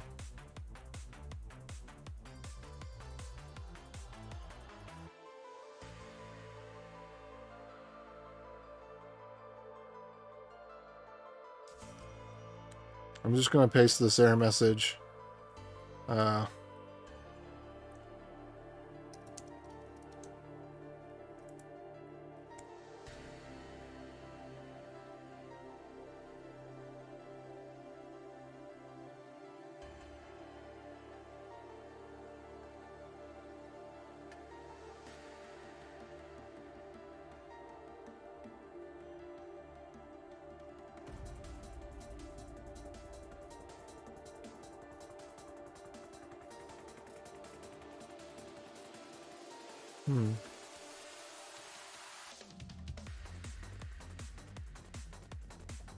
Okay, so it may have just been a keyword error.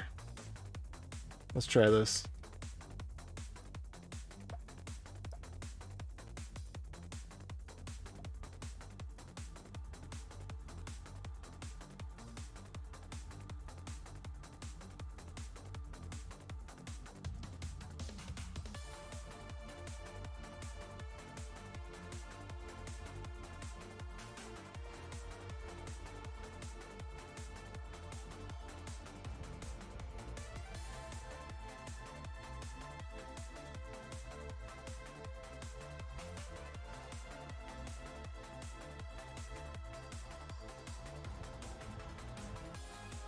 Okay. Let's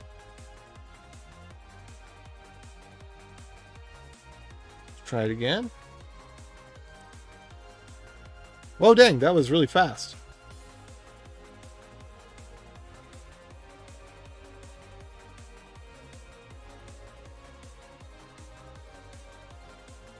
That's cool.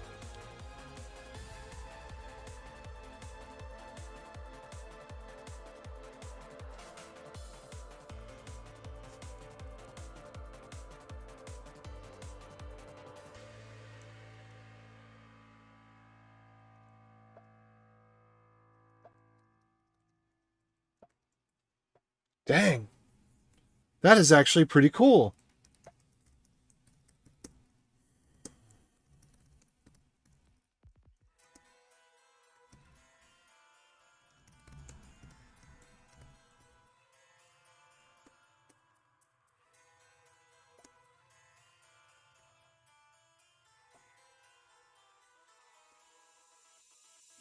That was incredibly fast too.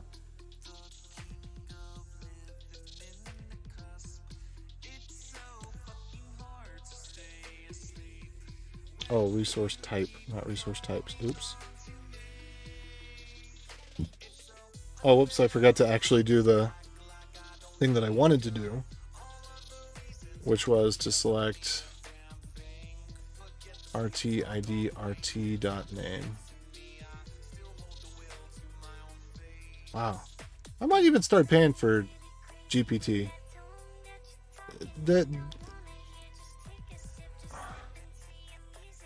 Okay.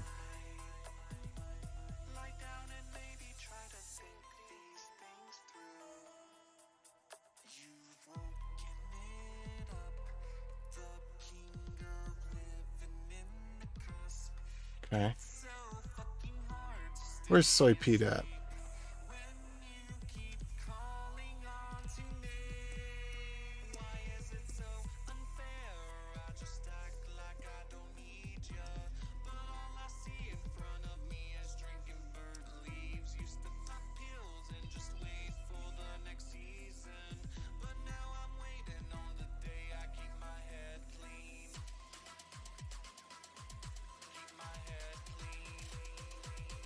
Oops.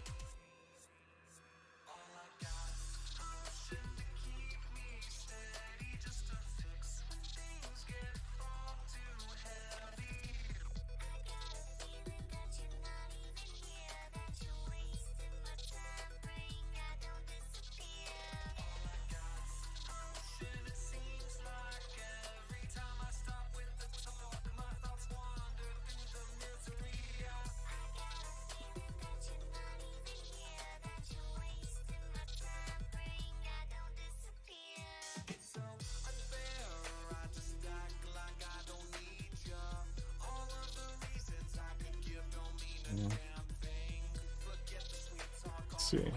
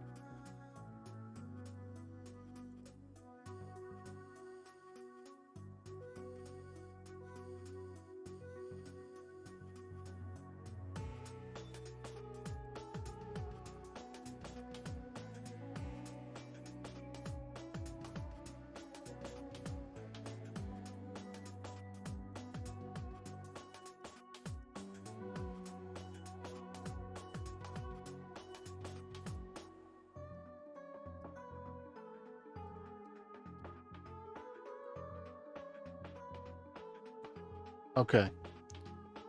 Soy Pete and I were having this discussion about the usefulness of GPT, because I was on when it came out until about, I don't know, 2 weeks ago, I was very much on the side of this is stupid. It's not going to go anywhere. It's not really useful. But then I started finding these use cases. One that's actually programmable. I can actually, we're doing data extraction with GPT, and it's SOC 2 compliant for the API usage. I think it was on the 4-wheeler red. I got something in my hand here. A little thorn or something. Anyway, so giving it a document and asking it questions, basically asking it to parse specific information in context. So there's a bunch of phone numbers, and it's, plain text, like Sally's number is this, and it's in one format, but then, so-and-so's phone number is this, and it's in another format, with the parentheses and the dots and all that stuff.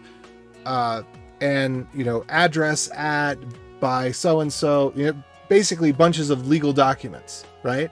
So we can give it a legal document through the SOC 2 compliant API, ask it questions about that document, and use the system prompt to tell it that it's only allowed to respond in JSON.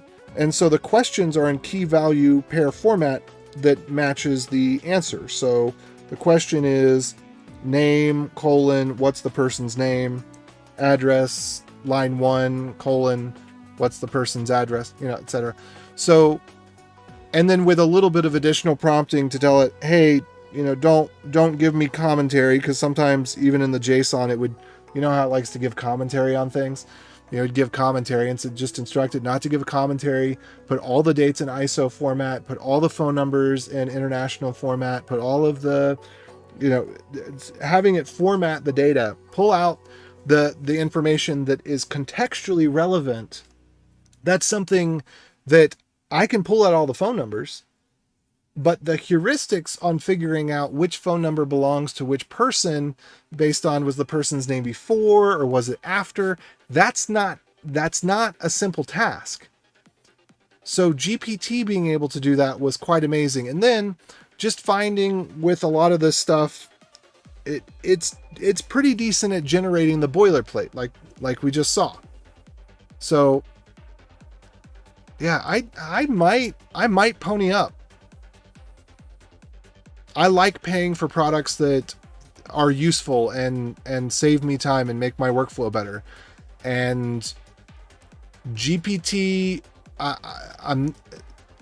you know, I don't know that I need any more than what I have, but it's at a point that I'm so satisfied with this that as a business owner where I am doing work and making money, and this is assisting me in that, paying the fee in order to have access to whatever additional features it has is probably worth it to me.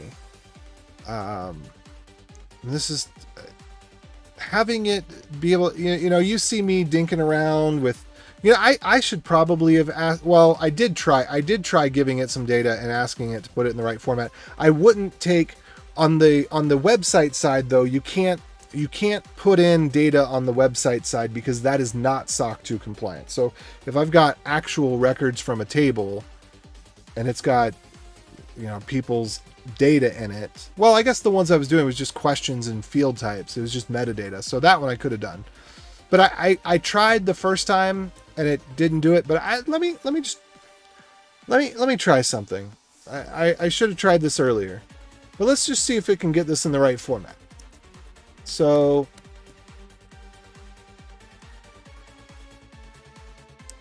okay, so let's do this. Okay.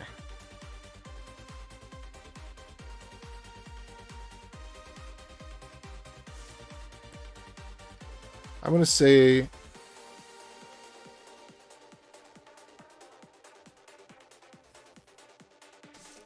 restructure the following /g row output into inserts. Because I was asking it to write a program that will do that, and it can't do that, but let me just tell it to write the inserts and see what happens.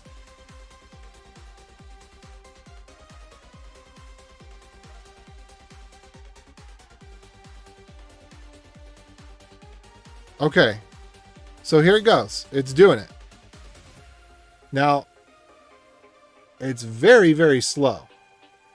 I'd have to double check this. It's concerning to me how slow it is. It may be peak time or something.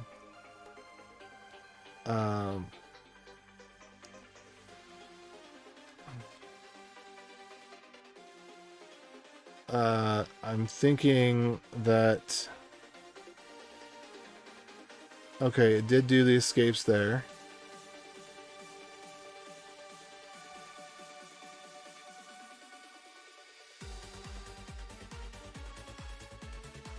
So look at that. I mean, I should have done this is the thing, is you do have to learn the language of GPT, because I asked it to write a script that would do this for me. But instead, I can just ask it to do it for me. And so that's where some of the magic is. It's not in generating the code, it's to have it actually do the work. Now, I'd have to double check that all the escapes are in the right place and whatever. But, because there's something weird going on, but I don't think this is GPT. I think that the highlighter. Yeah, this is at the GPT level. This is at the library that they're using for syntax highlighting. Got confused by the use of quotes. Okay. Use double quotes for values. What? This is MySQL.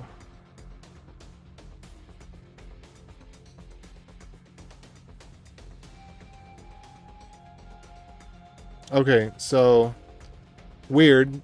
It's still using single quotes for dates.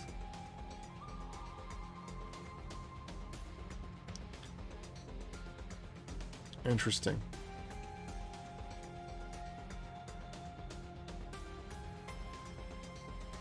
Okay, so it did properly escape it. Okay.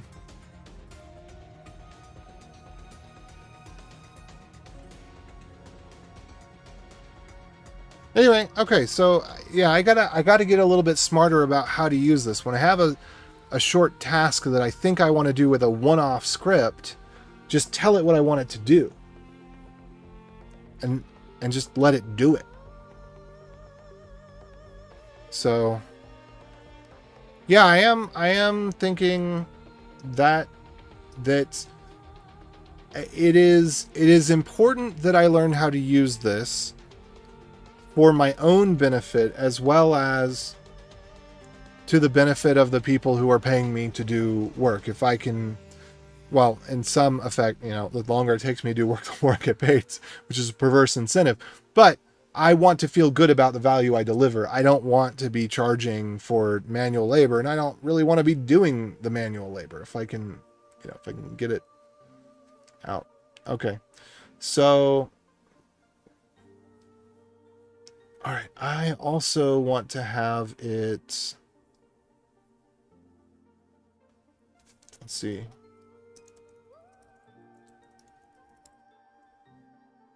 Find unused field types.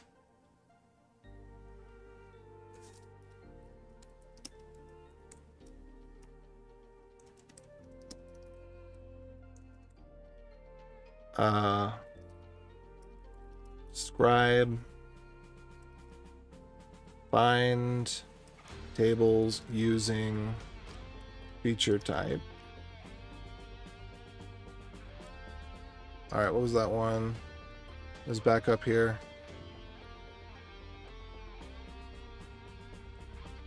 I hate to say it, but it's kind of exciting.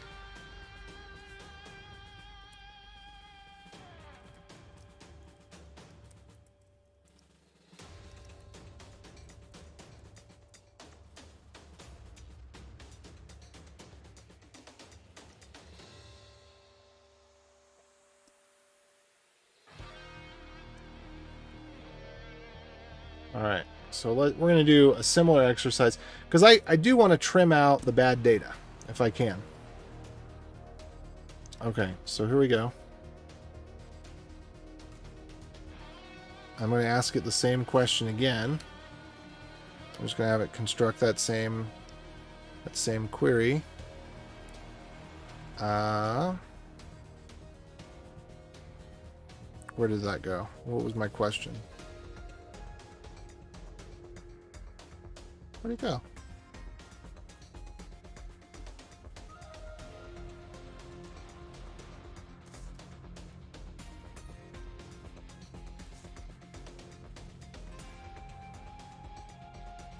All right. Whoops. Oh, stop.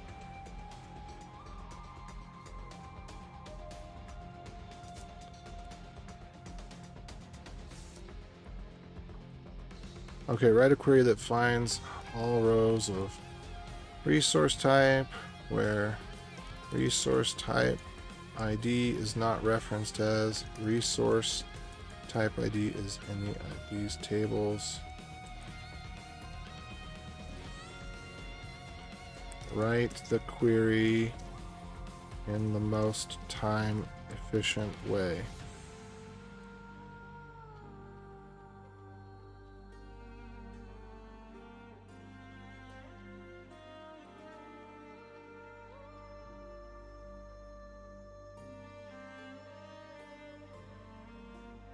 Okay, let's see. Let me refresh.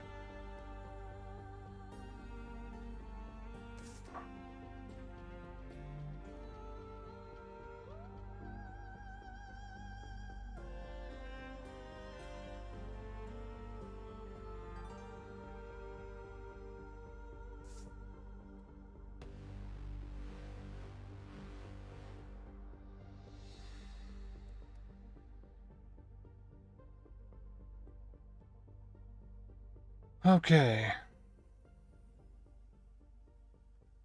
Hey everybody, how's it going? What are y'all up to?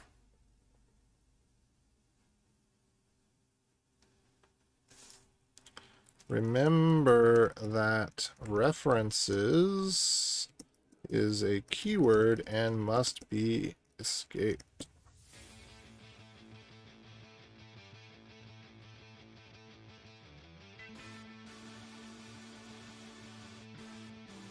Cool. All right, let's see if it does the same thing just as well here. All right. Find unused resource types. GPT.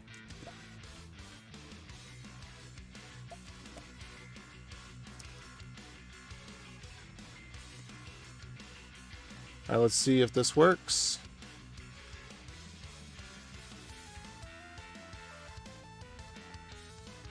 Okay, cool. Yeah, so this one can be deleted. Indeed.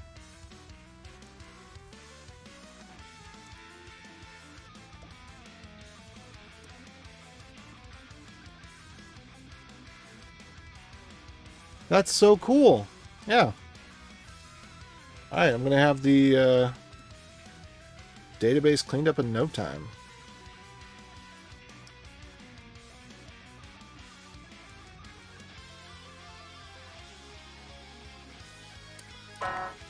Uh-oh, what's this? Oh.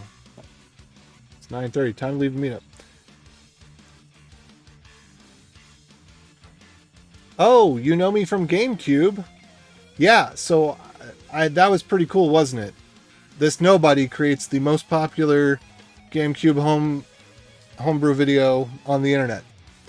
It's niche enough, but that still brings smiles to my face and pennies to my wallet. I think off of the affiliate links, I make something like $10 a month. I am raking in the dough on that video. Let's see, started school for coding, and you're doing database 101. Cool.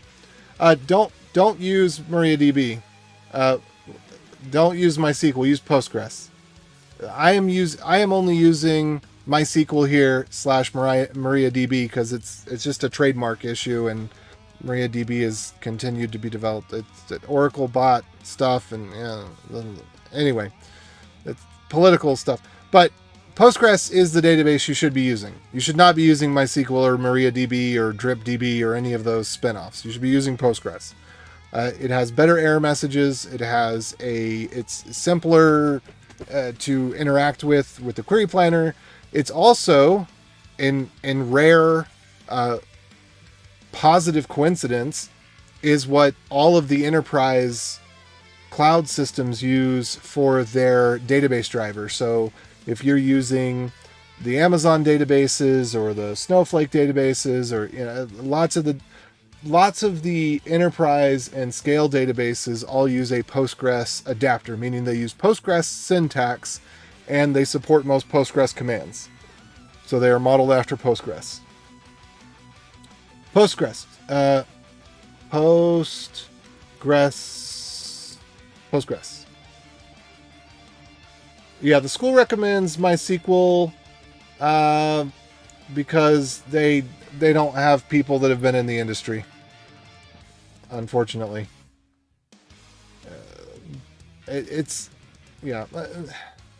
MySQL is like what WordPress was designed for, which the whole story of PHP is inspiring in a way, but also terrifying because it's a siloed community of people who have no idea what they're doing, convinced that they're geniuses. Like, everybody else just makes fun of them. And they know everyone else makes fun of them, but they don't get it. Steve. Anyway. So, yeah. And the guy who created MySQL, he seems like a cool guy. But Postgres is just, it's all around a better database. I believe you really should invest in learning your database, and Postgres is worth learning. So it has a lot of nice features. I'm using this here because of the very situation that we're talking about, is somebody in someone's school recommended MySQL because they heard about it online, and but people don't use MySQL intentionally. They use it accidentally. I'm trying to think of what's another common thing in everyday life where nobody who knows what they're doing would use it, but everybody who doesn't have a clue, think of any industry where there's something that all the professionals know, but none of the hobbyists do. And I don't know what a good somebody help me out here. I don't know what a good thing for that is.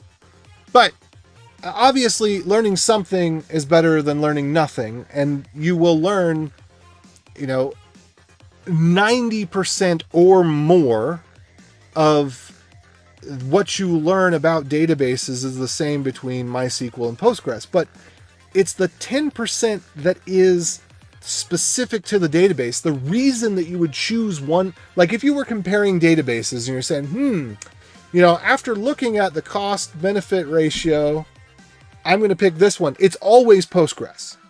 Like, no one ever makes a technical decision to pick a different database from Postgres. Now, people may make, well, that's not true, because people that are in Microsoft shops will choose MS SQL. But outside of, if you are a Microsoft shop, if you make a technical choice, the technical choice will be Postgres. Now, people make other choices, like a lot of schools will actually use Oracle because Oracle salespeople will convince them that they should pay $20,000 a month for an Oracle license, and they give them a 90% discount and only charge them $2,000 a month. I don't know. But Oracle is really good at convincing people to give them money. But I don't think anyone's going to say, you know what, Oracle databases, best databases. Strange twist. So Sun Microsystems bought MySQL, and then Oracle wanted to buy Java, so they bought Sun Microsystems, and so now Oracle has the trademark for MySQL, but MariaDB is the actual MySQL, because the author of MySQL lost the trademark rights intentionally, selling to Sun Microsystems, not knowing that Sun Microsystems would sell to Oracle. Yeah. So MariaDB is just MySQL. They're the same thing. It's a trademark difference. So there are some differences in the last 5 years or so as they've diverged, but it's primarily the trademark is the difference between the two. I don't know what Data Grip is. I've never heard of data grip before. Okay, so I did get this one. So I can do delete. So this is where it gets fun. Delete from resource type where ID n 17.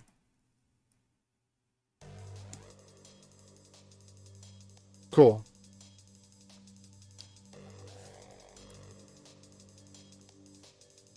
I'm going to do that in production as well. Probably shouldn't have done that in production.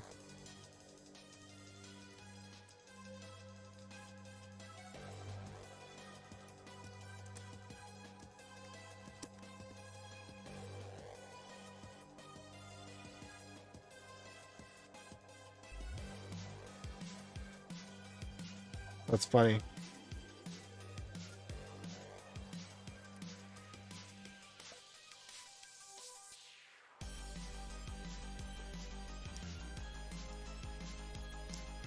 Alright, I'm going to go back over to this one.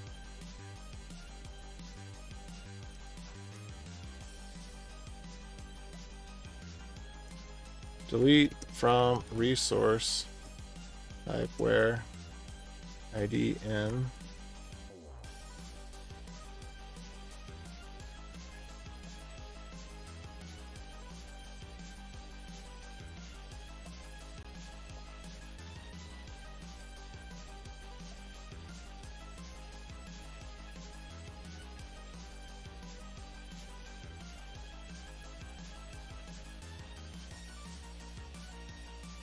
All right, find unused feature types.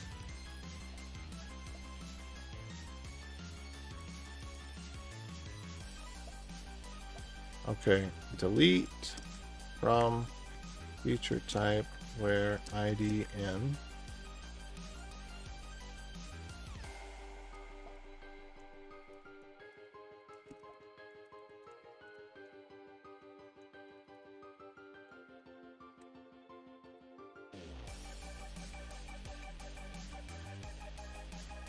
Okay, again, I'm going to take this whole thing. I'm just going to double check on it. I should probably also check that there's no data associated with it. But if there's nothing...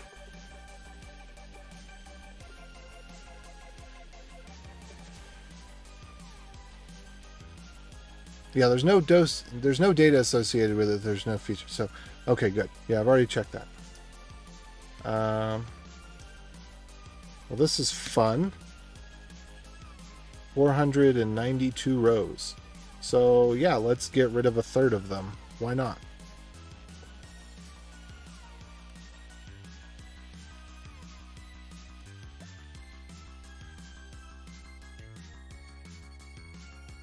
Oh, I see what it's saying now. I see what it's saying now.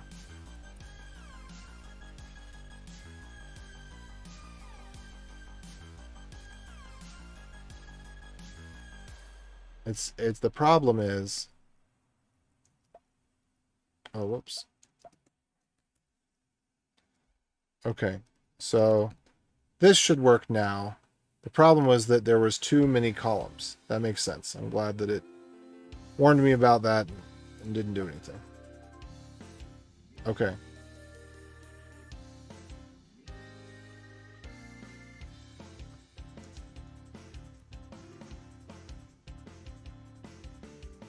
Oh, whoops. Gotta have the space there. The space is important.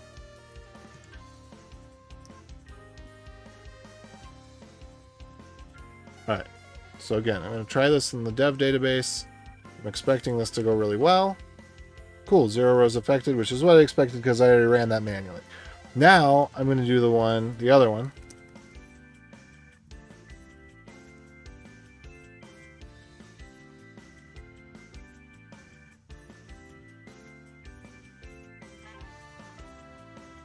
And something like 492. That's awesome. Okay.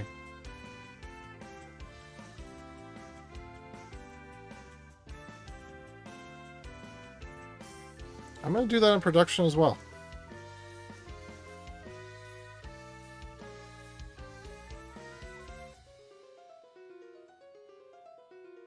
Well, we got backups. And I've got confirmation that they've run today. Wow, that's taking a really long time.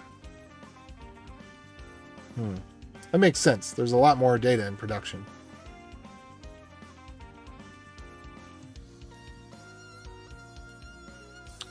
Okay. Remove junk, field, and record types.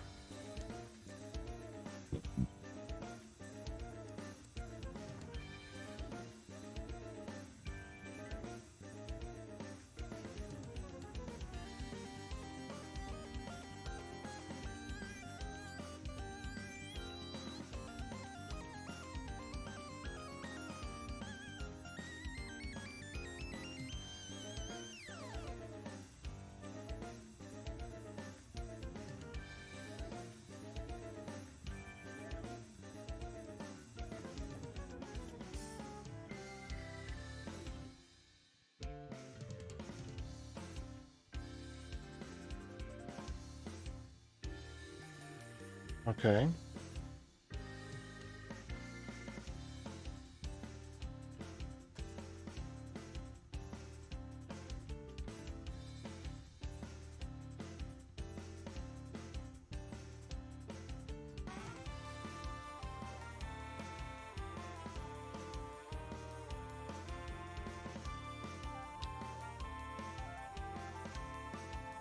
I think, wait, we have to prune the field first and then prune the record?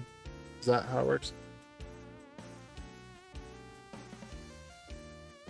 So it actually makes sense to try to run this again. I don't think it's gonna do anything. Because... oh, where were they gonna go?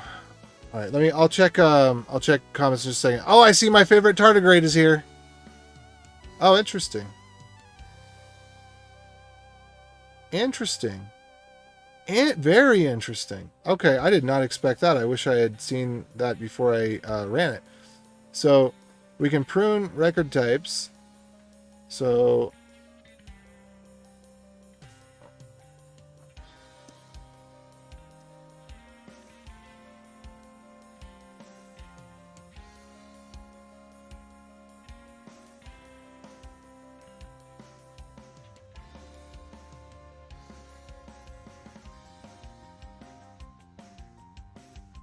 I wonder if I could convert this to a CT.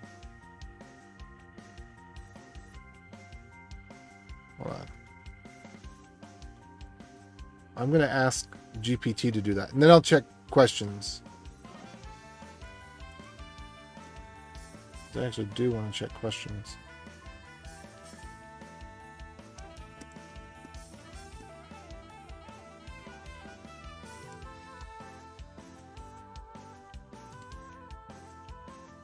Okay, where'd GPT go? Come back, GPT. Okay. Convert this to using a CT for read a CT. There we go.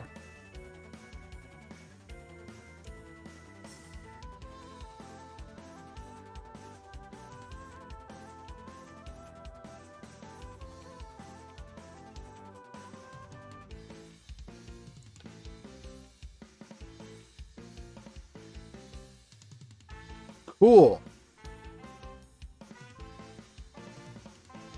I'd actually much prefer to do that. Is this correct?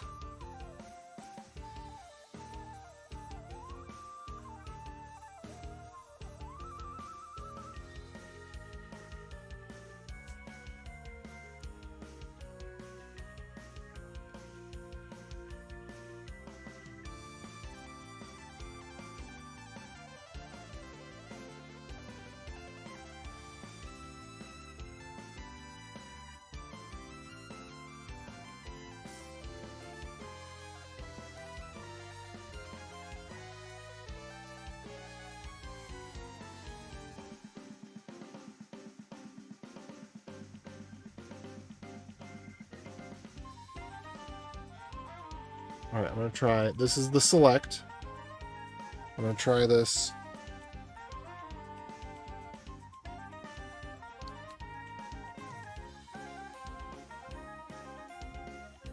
Oh, man. We never end up using any of those types? Seriously? Oh, man. And I spent time trying to figure... I wish I'd done this before.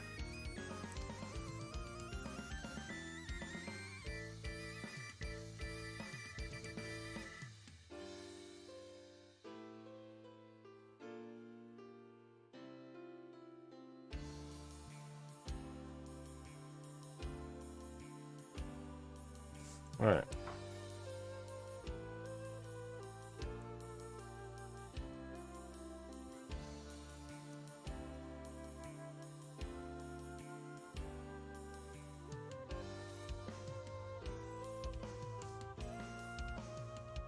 All right, let's see here. All right, convert this to CT as well.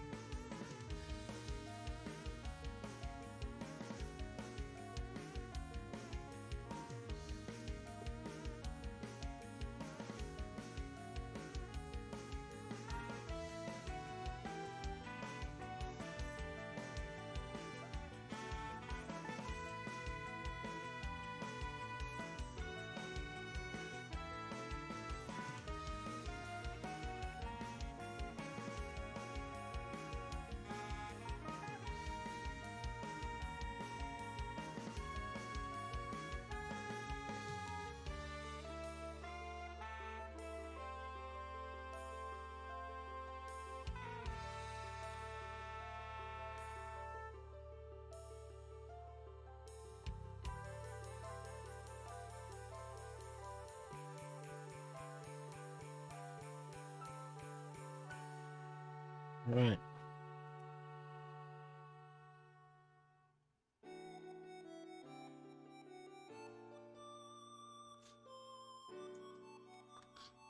All right, well, we're gonna do this again. I'm just gonna double check. We have nothing left in there. This is great. Oh my goodness, this should have been done ages ago.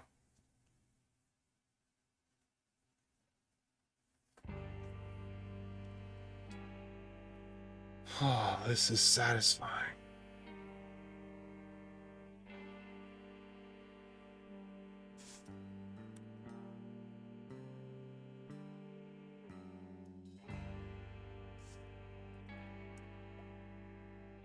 What?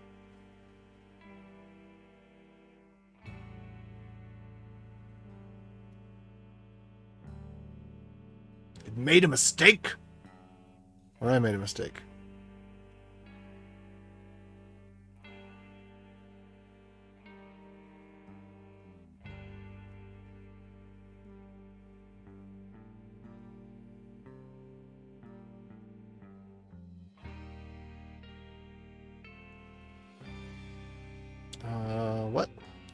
What did it gripe about? Okay, I'm sorry. I'm back on. I'm way behind on comments. Sorry about that. I forgot. MariaDB might be better than MySQL. Yes, because MariaDB is still being actively developed by the creator. So it was. So a guy made it, and then so MySQL was named after he's Swedish or something, which is why the daggone Swedish problem with MySQL, where by default, I think they finally changed it in some version. I'm not sure. But the collation was Swedish, and so like weird things would happen, and this is a problem every single person had. Anyway, so AB MySQL, it was named after either his son or his daughter, and then MariaDB, I think it was his son or daughter, I don't know. MySQL was named after one of his children. MariaDB was named after another one of his children, because he has a Maya and a Maria or something. I think the Mile, I don't know. Anyway, so AB MySQL was sold to Sun Microsystems, which was sold to Oracle. But the guy, since it was open source, it is the commercial legal assets of MySQL that were sold to from AB SQL to, and AB I think was his name and his wife's name was A and B or something like that. So that was sold to Sun Microsystems, which was then sold to Oracle. Yeah, ChatGPT is pretty amazing for a lot of SQL queries. A lot of the stuff I've asked it to do, it can't do, but this boilerplate stuff, it's so good at.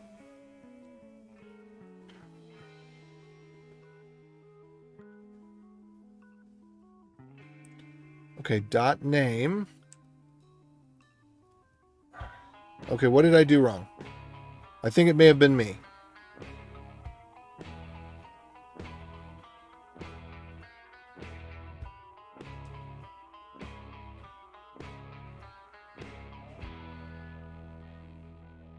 Select. Okay, let's just double check that this one works.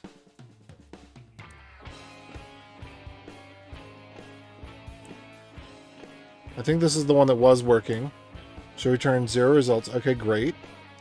With CT as.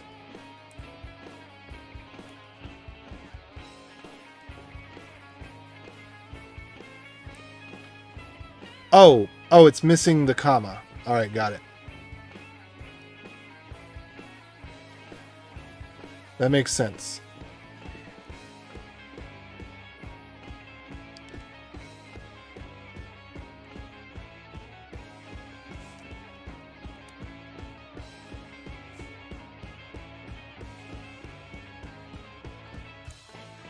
That should be 0. Okay, good. I'm going to have this do it again. So the first time took 6 seconds. Let's see how much time the next one takes. I think it's going to take about 6 seconds again. That's fine.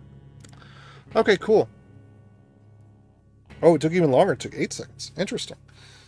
I wonder if it's still compacting indexes or something from stuff it deleted.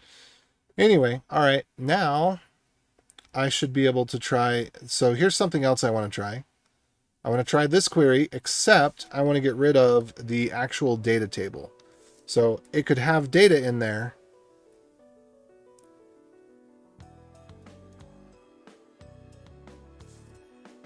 Which I don't think that'll be the case.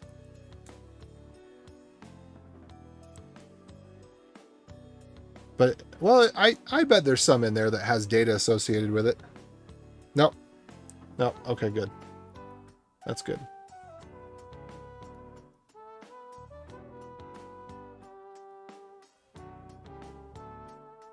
Okay, and I'm just going to make sure this has danger.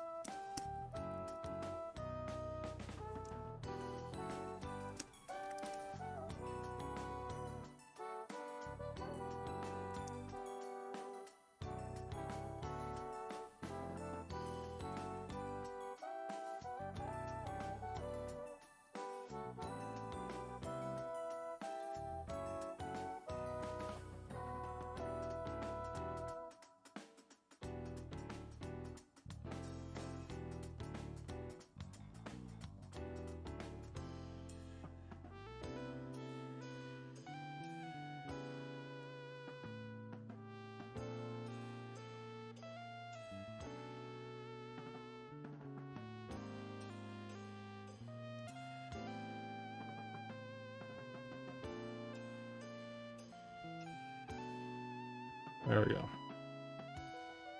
Try to make sure that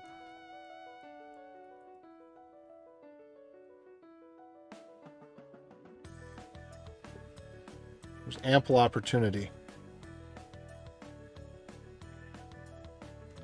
to look and delete.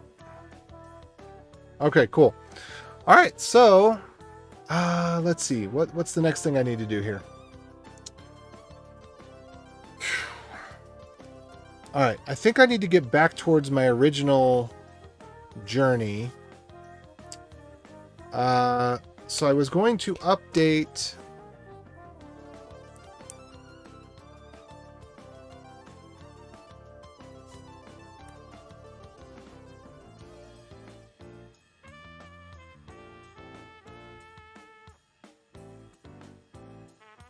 I want to do the same thing for the question table, actually.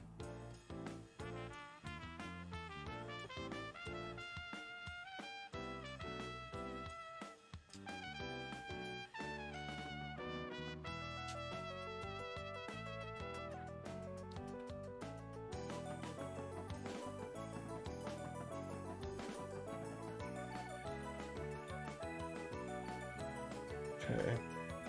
Oh man, that's so nice to just get rid of all that junk, though. Goodness knows.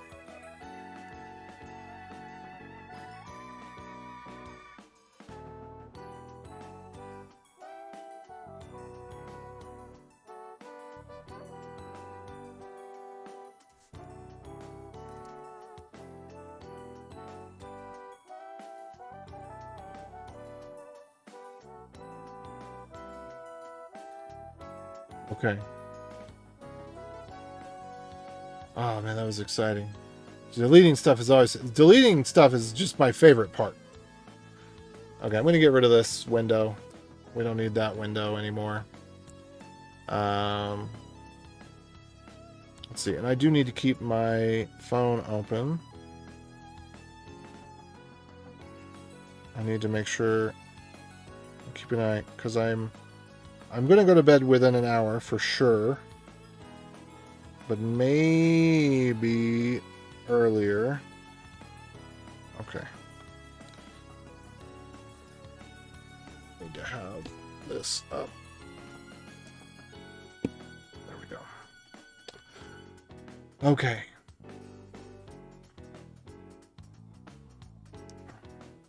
Let me stop and think. Where am I at? So I got sidetracked by deleting data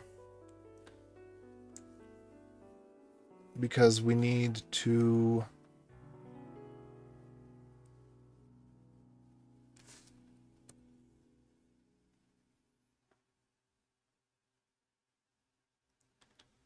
okay.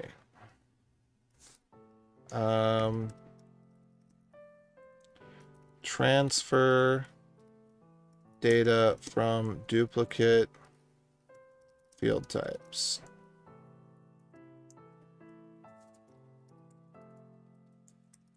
Oops, that's going to be SQL, not SH.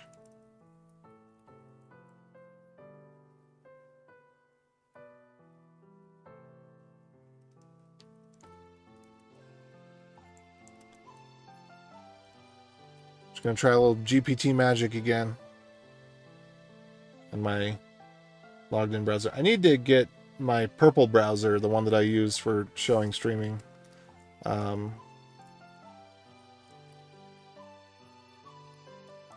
Write queries that will select the data that is being modified.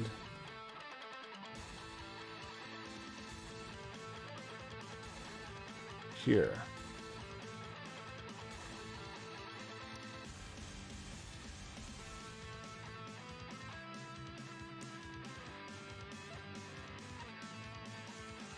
So it should just be change it around. No, I wanted it to do all three. Okay, it did all three. No.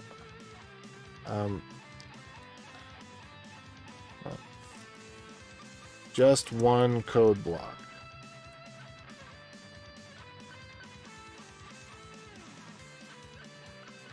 So it's, I told it to use bulleted lists instead of sentences, but I don't want it to do it.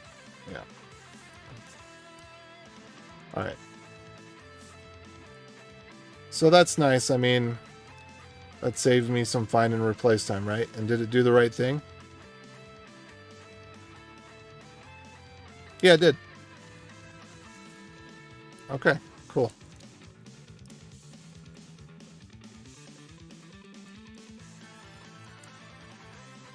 All right, so I'm just gonna have fun updating this one here. Okay, and then if I do that in production, I should actually get some hits back, and I do.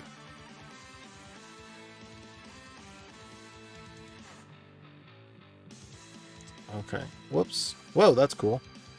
So ID value.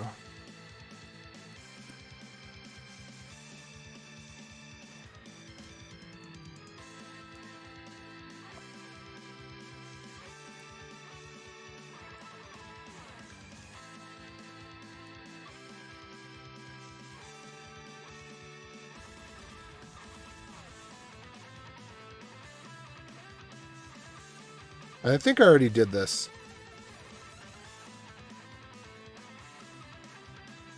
Yeah.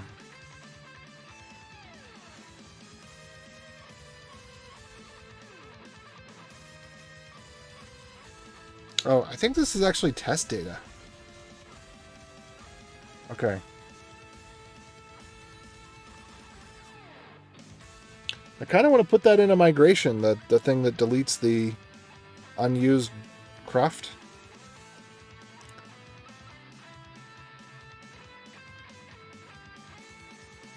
Alright, that one's already been run.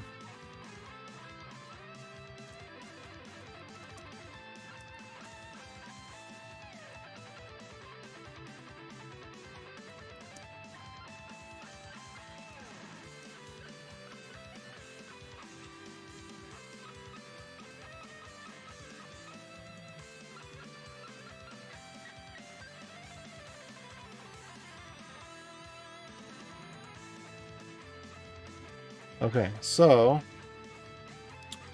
I'm going to take this here. I'm going to run this one last time. I'm going to get the results. And I'm just going to make sure that they're saved in a safe place.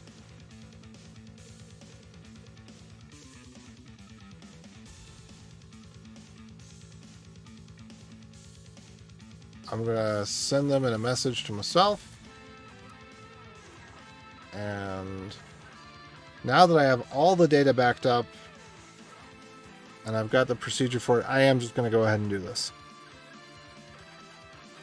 Let's see. Change dates on these. Last one was in, it looks like in April is the last updated at on these. And most of them are years old.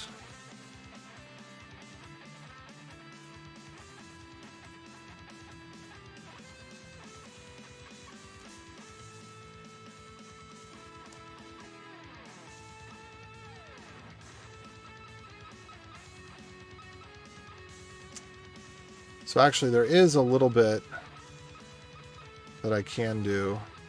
Okay. I'm going to say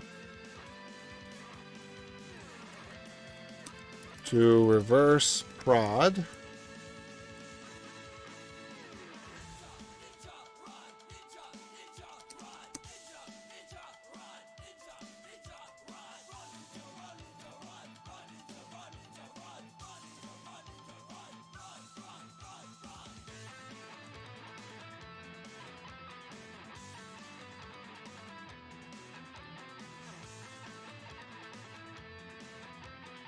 And I'm just going to grab some IDs from the prod database real quick so that if we need to reverse this for some reason, we can. Okay, so this one is... It just doesn't matter.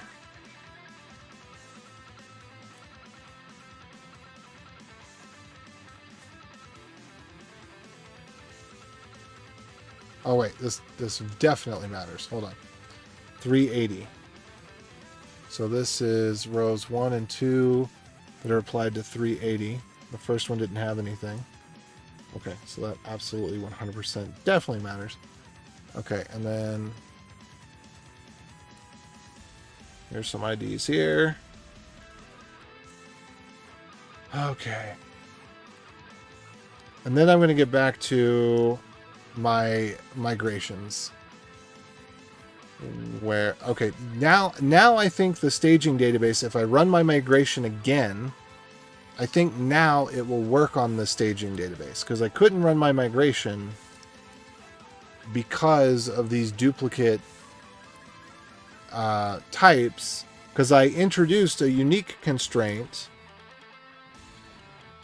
that didn't work.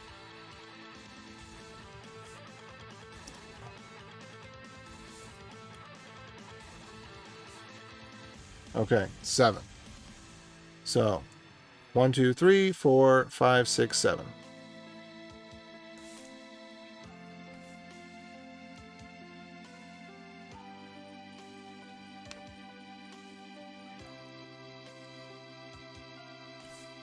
Okay.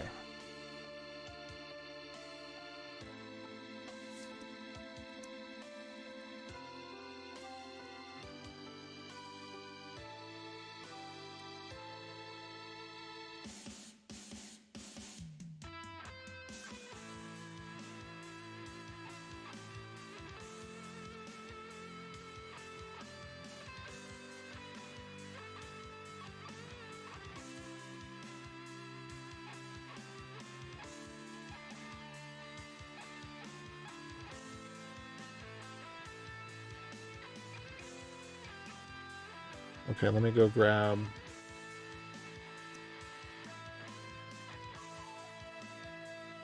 Okay, reinsert.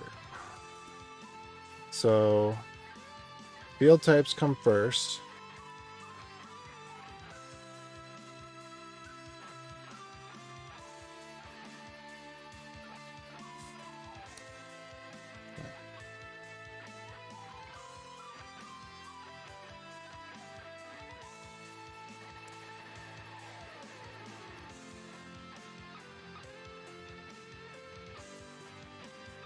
And then the questions.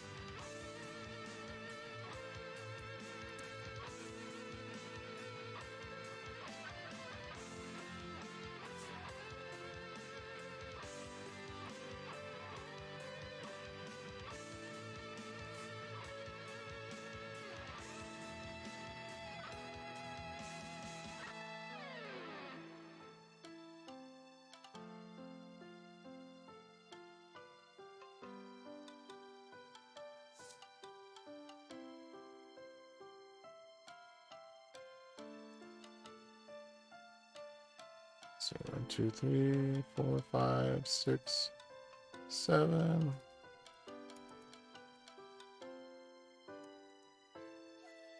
Two, three, 4.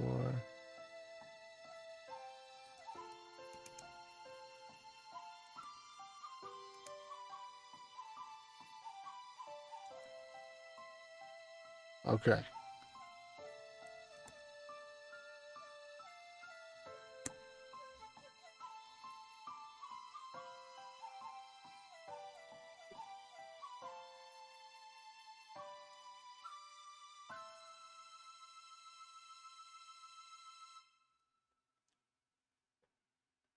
All right, so with this out of the way, now if we go back here and we rerun this migration again, this time it should succeed.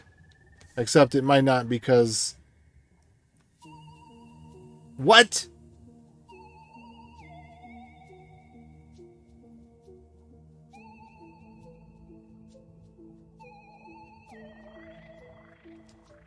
Let's see. But I already found all the duplicates and I got rid of them, right? Or maybe I didn't.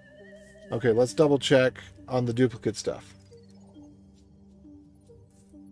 Oh, how's it going? What's new? Ask me again tomorrow. I'm kind of in this mode right now. All right, where was my duplicates?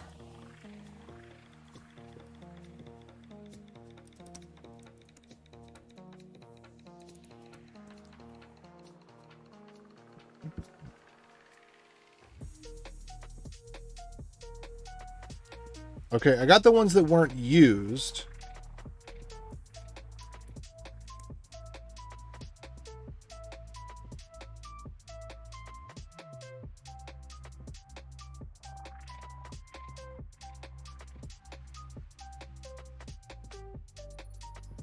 Okay, I need to go back to this one.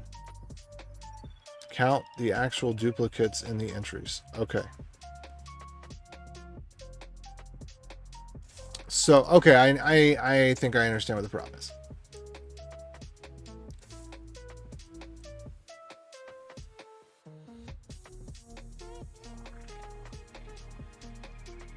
Okay, here we are.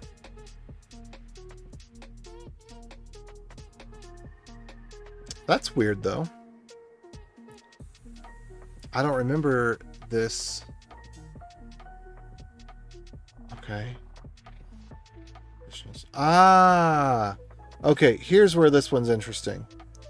Because there is the 641, nothing's in it, but I have not removed it yet because it still is referenced somewhere else potentially. So let's go back to this because we have to...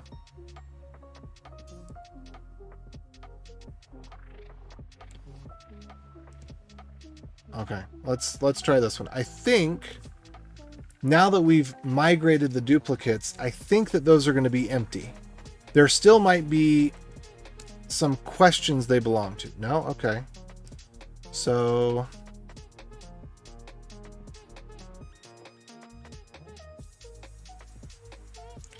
this must still belong to a question.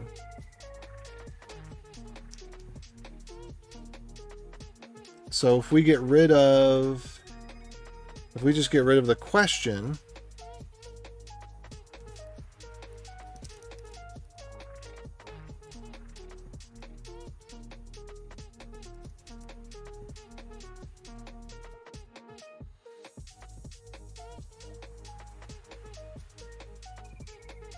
okay, I need to go back to that list of tables and ask GPT to write me another query.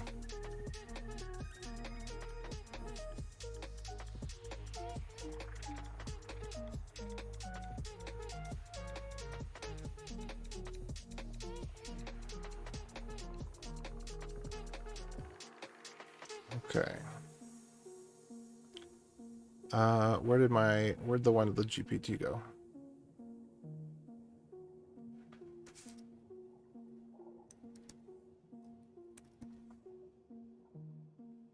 Oh, there it is. Okay, so I need to say for the list of whichever tables, which I forget what it was. Is it this one? Oh, that's the resource type. So let's go back here.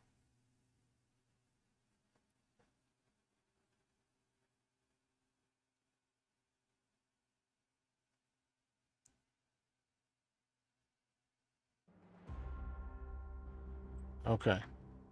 So what I need to say is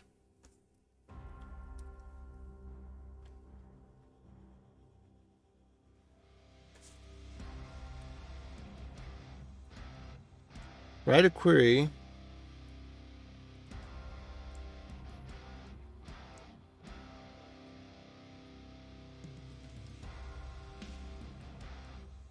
let me find what was the ID of the one that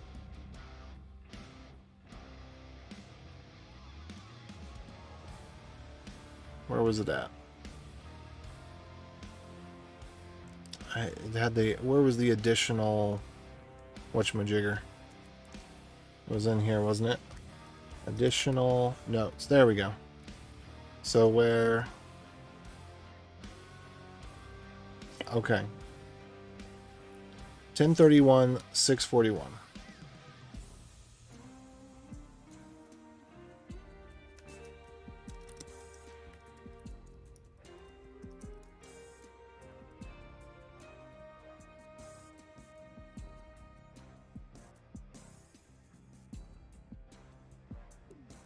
Okay, so write a query that finds all rows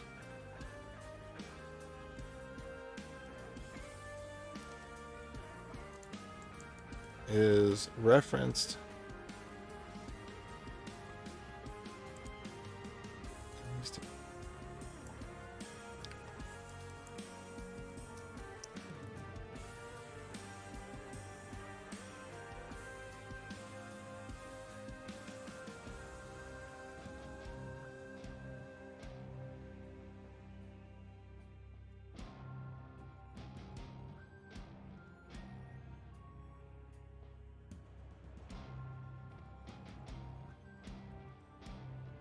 where feature type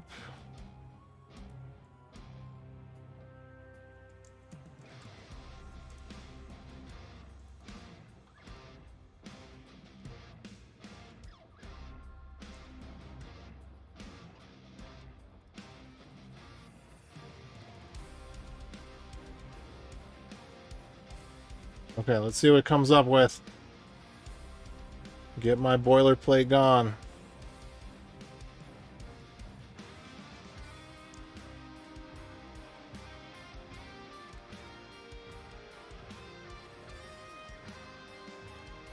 I don't know if I want union all.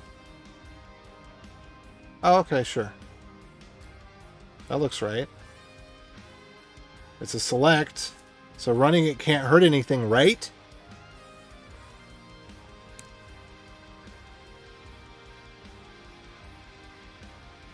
Unknown column ID and field list.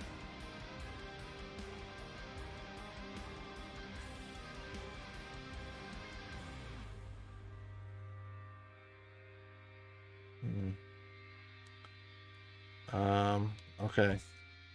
Switch that to a wide result where each cable is left joined.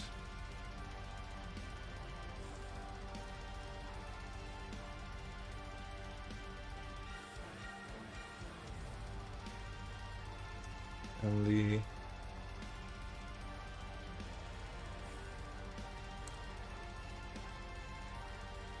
let's see. Holy shoot, dog. I don't know why is it coalescing?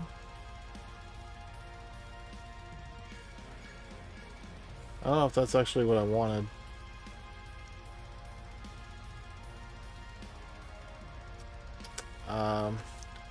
Use a single where in.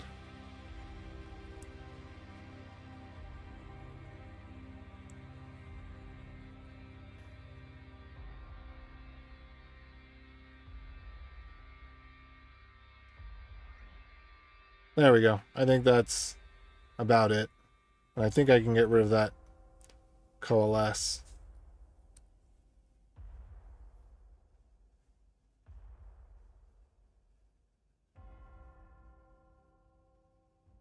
Let's see what happens. Or just leave it. I wonder what the FF was for.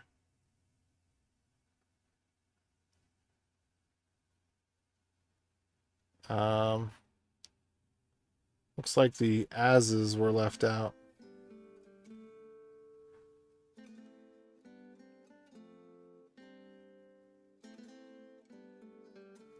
All right, let me take a look at that for a minute, and I'll check comments. Most complicated SQL code I've ever seen. Yeah. Yeah, I'm there with you.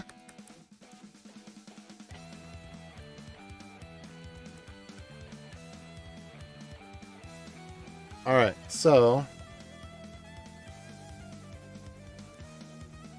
All right, what is it complaining about? ff.id.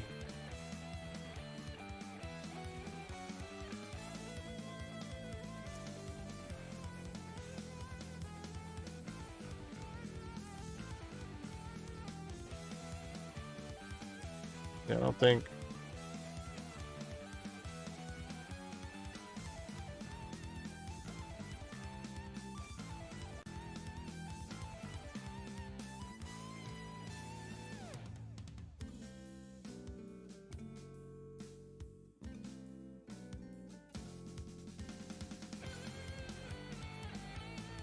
All right, so trying to figure out what things are using this, why it didn't get deleted. That's what I'm trying to figure out. Okay, so that's great. There's 10 rows. That's awesome. Additional notes, additional notes, additional notes.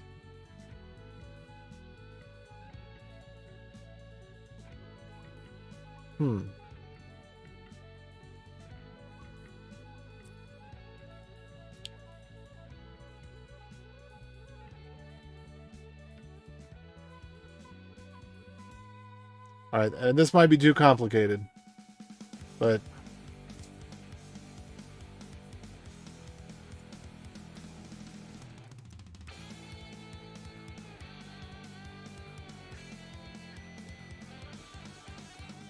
get this to show as a single column. No, can't really do that. The way that it did it before is actually more correct. It just did something wrong. Hold on, let me try. Okay, so this one would have been more correct. It just got. Wait, where was it?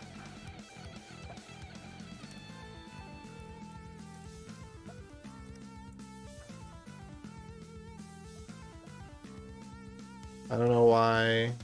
No. Let me scroll back and find the one that didn't quite work. It wasn't this one, it was this one. So this one, something was wrong about it. but it was the ID in the field list.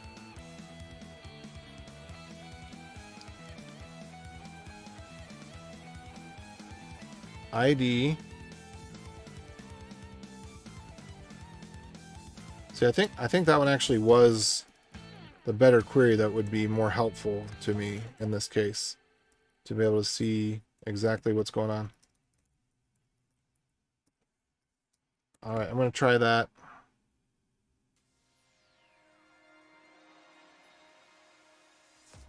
Figure this out. Okay. Unknown column ID in field list.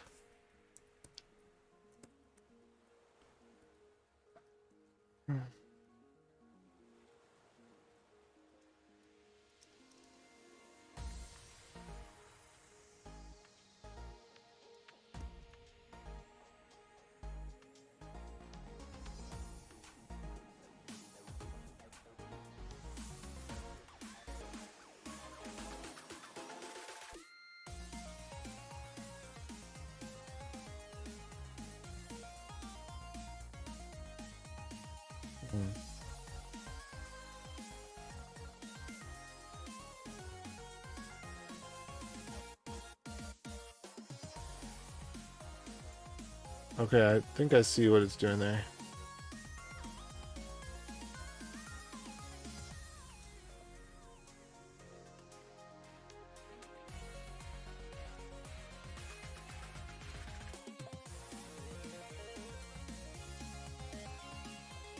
Okay, combine.id.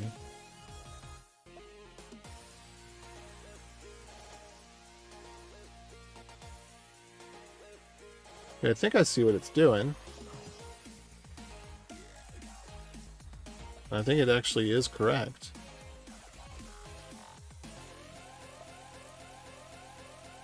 I think there's some minor syntax issue.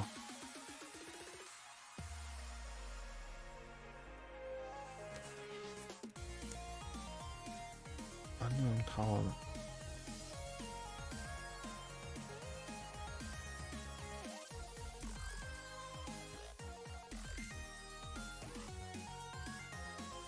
Is this the one? Yeah.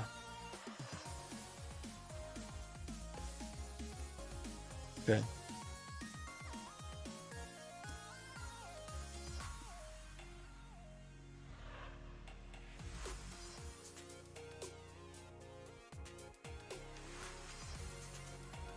Let's see.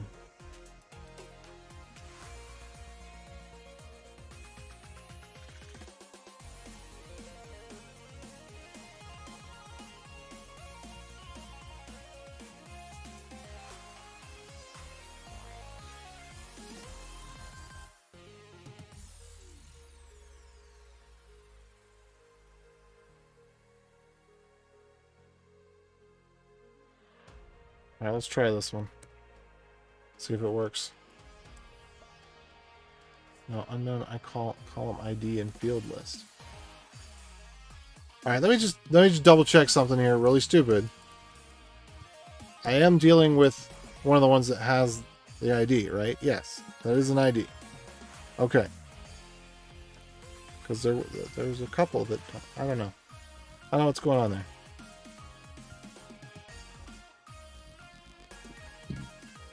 Select.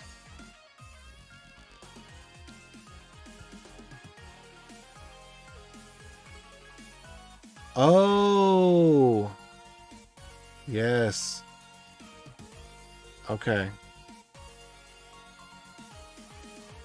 Okay, I know what I need to do.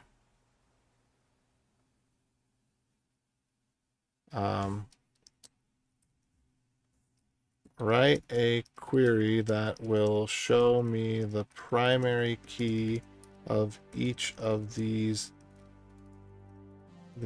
tables.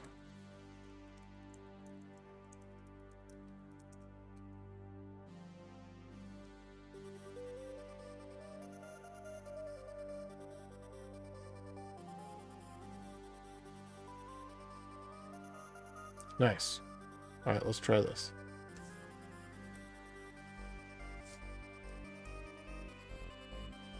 Okay, are any of these not ID?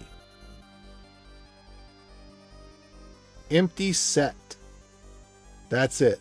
So I got to remove flat feature and current feature. Okay, there we go. There we go. Found it.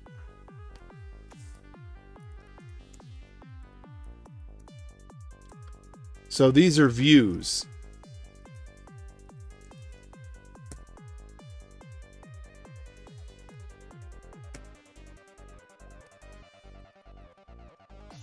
That's why they're not working out. Okay, let's see what else. Oh, and that's why the query was so slow. I need to take out the views. Hold on. Okay. So if we go back to this. All right, remove unused fields and records type. So if I get rid of this one.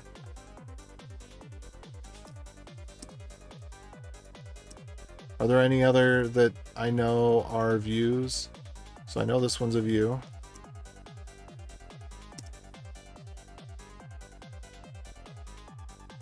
Okay, I know this one's a view.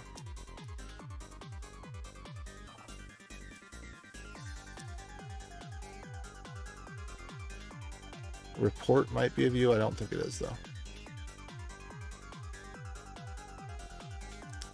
Okay, because one of those seriously bloats the database queries, because one of them has a string ID instead of an int ID. Like, just a weird thing happened, and so yeah, it has string IDs. So now when I run this query, instead of taking 7 seconds,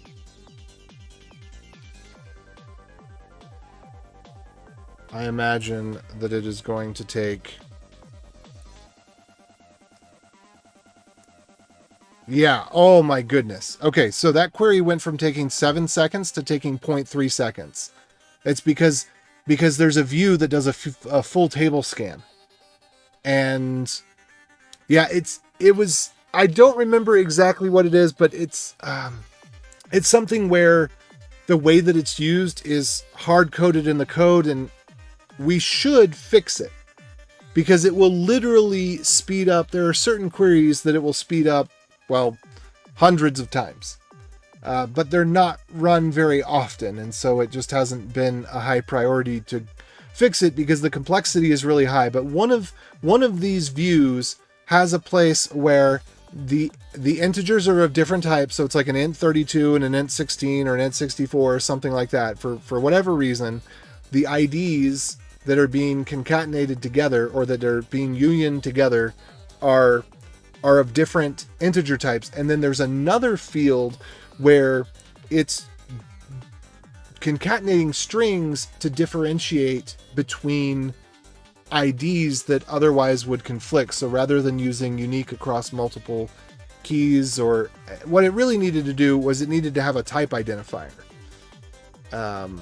And then be able to query ID and type identifier. It's like a polymorphic.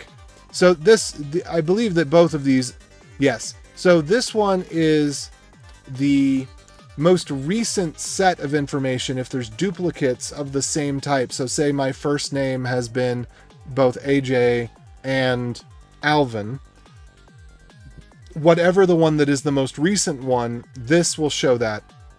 This will show all the historical data as well. And I think this is the one where for some reason it ends up concatenating as a string. And so there end up being 2 million searches. So rather than in login searches, that's in squared searches. And so it gets really big, and it's been optimized a bit already, but it's still, yeah, pretty bad. Okay. So let me see, what else did it complain about? So what else did not have, what else had an empty set? Current. Do we have anything else that has an empty set? No. Okay. So I think that if we make that change, okay, and I run this again, I think that this is actually going to give the correct result. Let's try and see. But yeah, so that wasn't GPT's fault. Cool. That doesn't quite look right. Okay, let's try the other one. I mean, it could be right. It's not that it necessarily looks wrong, but I didn't understand it well enough to accurately say, okay, so flat.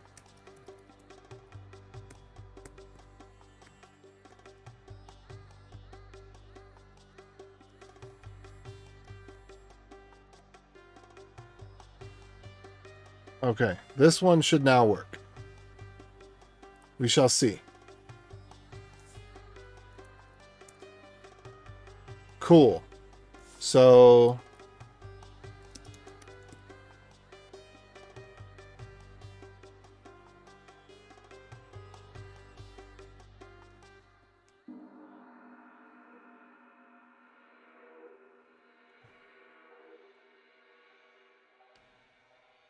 all right, so that's interesting.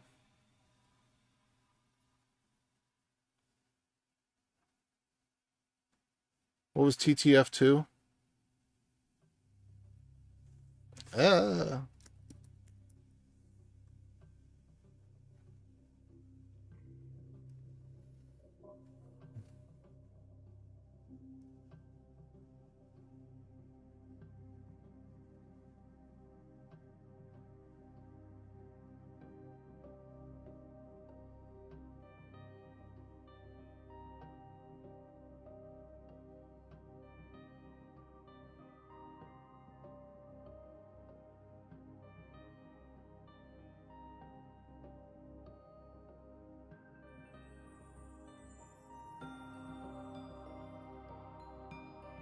All right, so I'm gonna try asking GPT to generate it again, but I'm gonna take out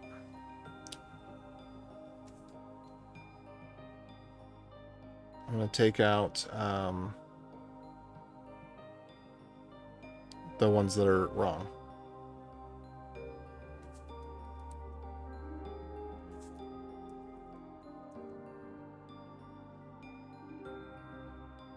All right, that one's wrong. That one's wrong. Okay, so write a query.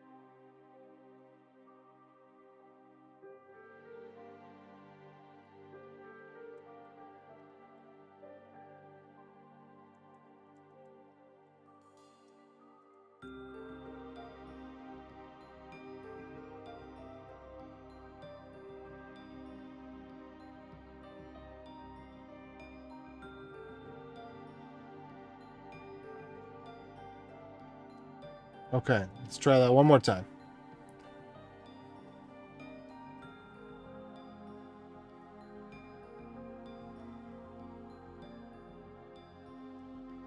Interesting.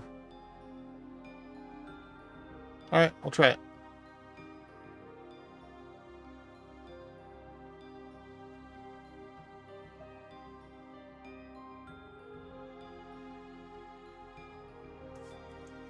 Also show the table name alongside the ID, so I know which table the ID came from. Yeah, this is something that's kind of complex and kind of niche, so I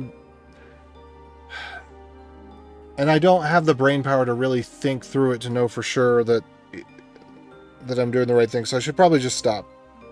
Because I'm not at a level of energy where I'm confident. Oh, whoops. Oh, I missed that. Okay.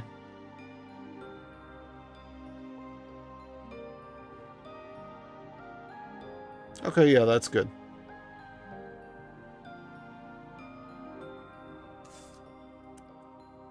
Actually is good. Okay. So let's take a look. Dang it.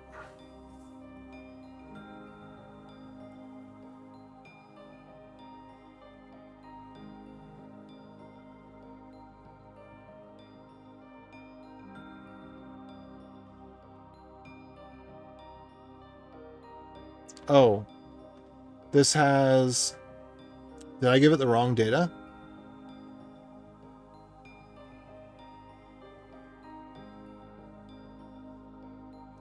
Whoops.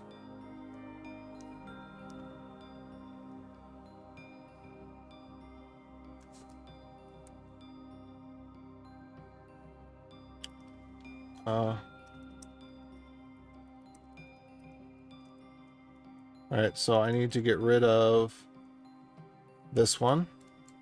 And I need to get rid of this one.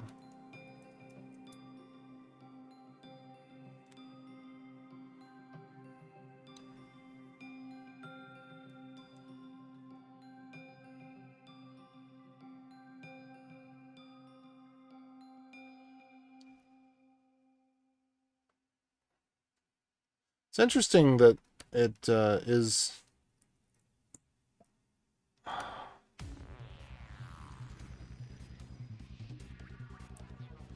Please don't tell me...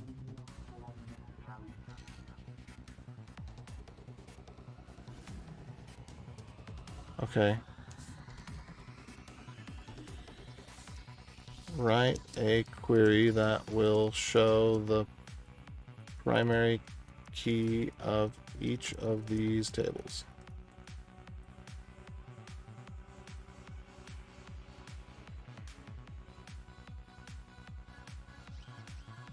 Okay, wait. Oh, it's got flat feature in there again. But I said not to use that, right? What? How is that still in there? Was it in there twice?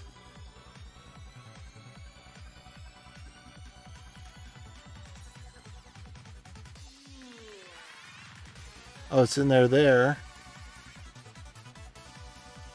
No, it's there and it's there. Hold on.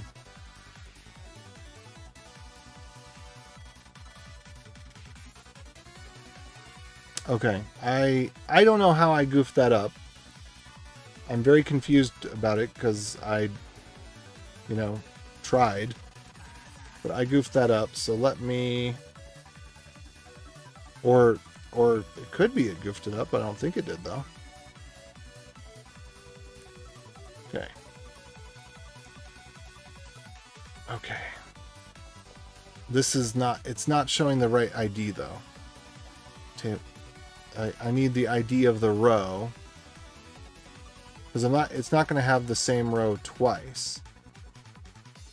Right?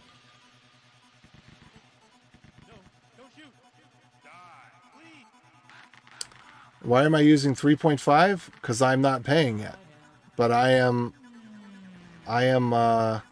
feeling like I might want to. I don't want to interrupt what I'm doing right now to do it, but...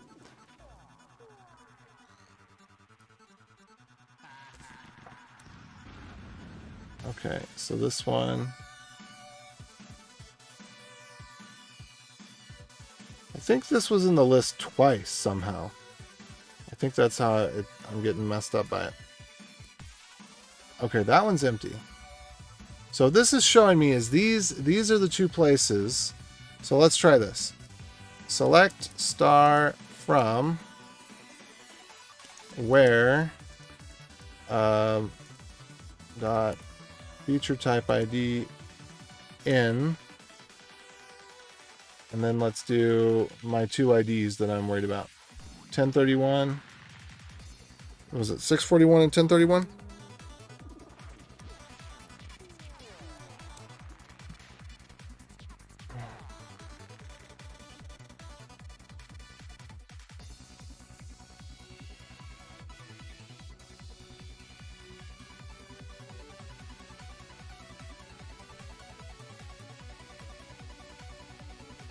I'm confused by this.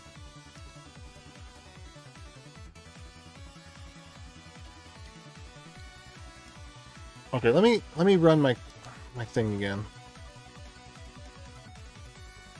Alright, it's failing because there's a duplicate additional notes. Is this even additional notes?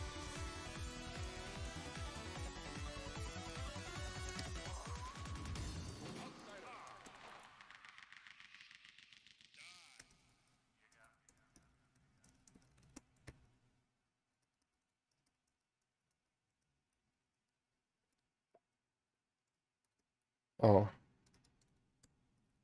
Okay, that is additional notes. Okay, so this is the thing that is tripping me up. So this is the only place that it's found in. Let's do this. Describe. I gotta go here in just a second. Yeah, okay. I will consider upgrading for sure. I am actually starting to get a lot of value out of this thing now that I'm learning, one, not to ask it to write programs, but ask it to do the work that I would want the program to do. And yeah, just kind of recognizing which tasks it's good for and which tasks it isn't. Anyway, okay, ID, template type ID.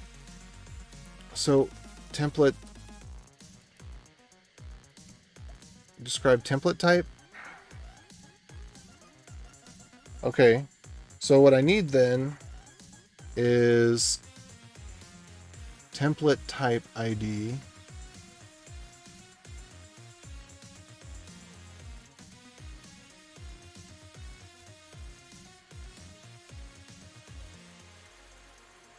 So, all right, there's one more thing I need to do, and then I've got to go because my brain power is waning.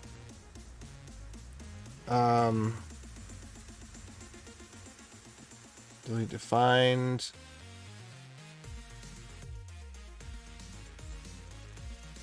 Where was I?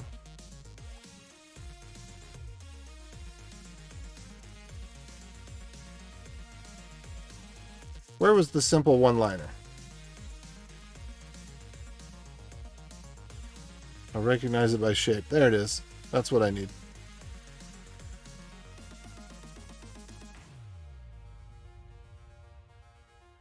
And then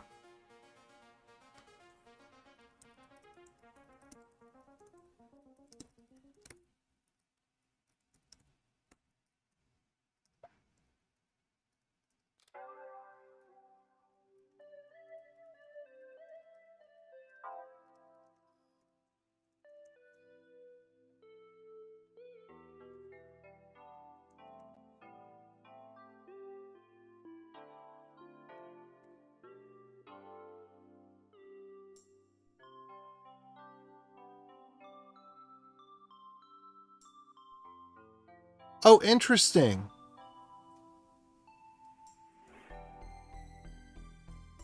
That's why I'm so confused. Look at that.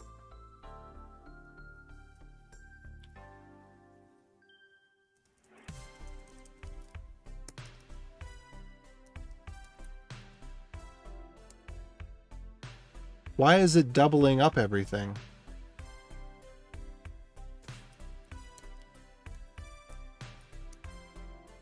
Okay.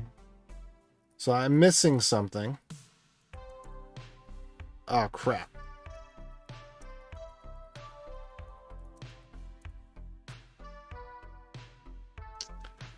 Okay, catalog, table schema, table schema, table schema. Ah! So I actually did need that.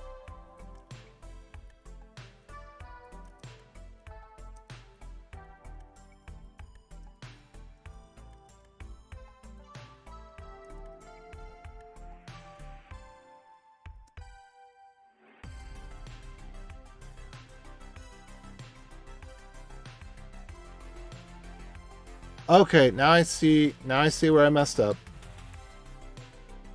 All right, I will repent of my ways.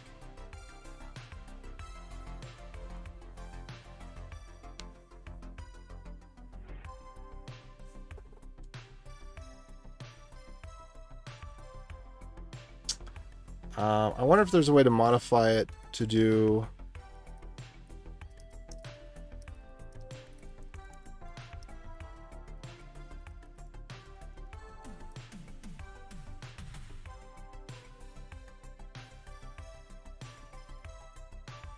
Okay.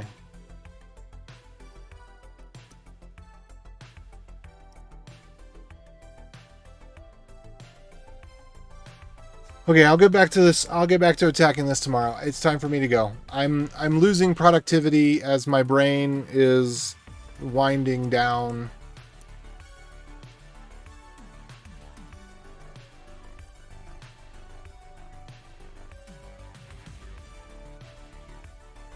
Okay, but this... okay, this helps. I see what was happening there. I doubled up on the names and they were coming in the right order. Anyway. Okay, so then I've asked this question a couple times. I want to ask one more question to this thing. Okay, so... write a query to find...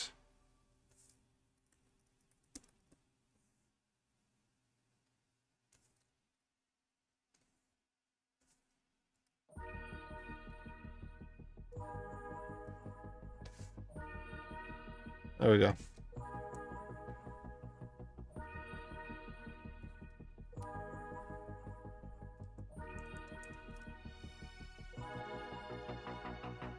Finds all rows of resource type. So this would be...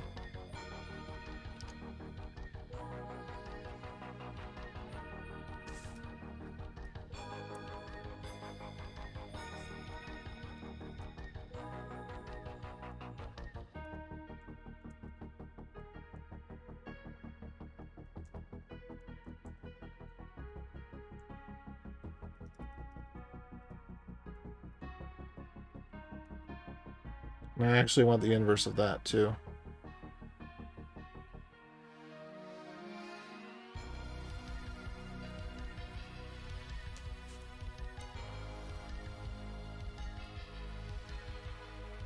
Okay, cool. So that's cool. And let's try...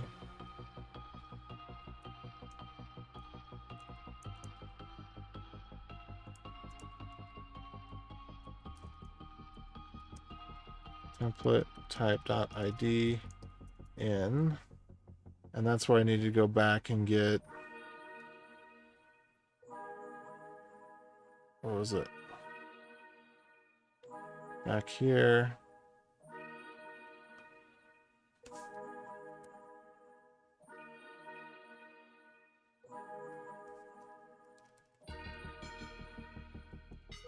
Whoops. That's not what I wanted.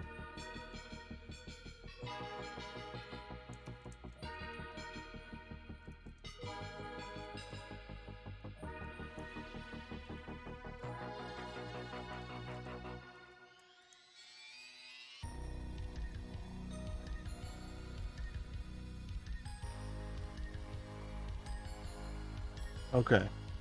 Whoops.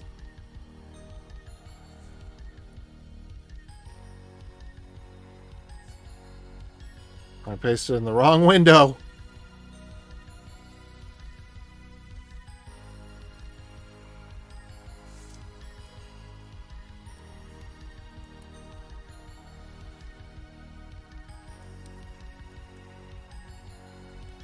There we go. Okay. I did not do what I... see? My brain's roasted. I gotta go. Okay.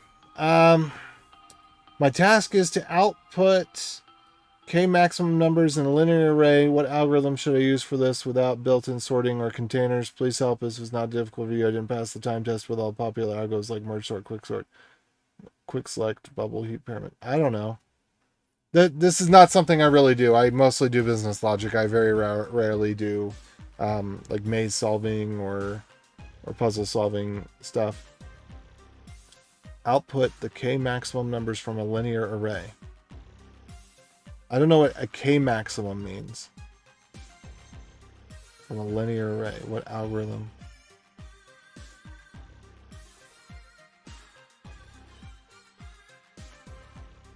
So you mean the top? Okay, so this is what you do, actually. You do a single pass through the array, and you collect... so let's say that you need to collect the 5 biggest numbers. So you... Let's see, how would you do this? You go to the first item in the array, it's the biggest number, you pick it. You go to the next one, it's the biggest number, you pick it. You go to the next one, it's the biggest number, you pick it. You go to the next one, it's the biggest number, you pick it. You go to the next one, it's the biggest number, you pick it. Now you need to sort those in your new array of in elements. But as you go through each element of the array, you should be able to just do a simple binary search. Well, and as long as it depends on how big it gets. If it's small, like if the number of elements is millions, then you probably will need to do a binary search in your own array. But the thing is, you don't know whether or not that array is sorted, but you can make sure that your array that you build is sorted. And as you build your array, you can have it sorted and you can know some information about it. So you can know at all times what your minimum and maximum number is. And so if the number is greater than your maximum, then you add it to the front and you push everything down. If it's lower than your minimum, you ignore it. And if it's greater than your minimum, then you go up in your array until you find the number that it isn't greater than, and you push everything else down from there. You may benefit more from having a map than an array. Let's see.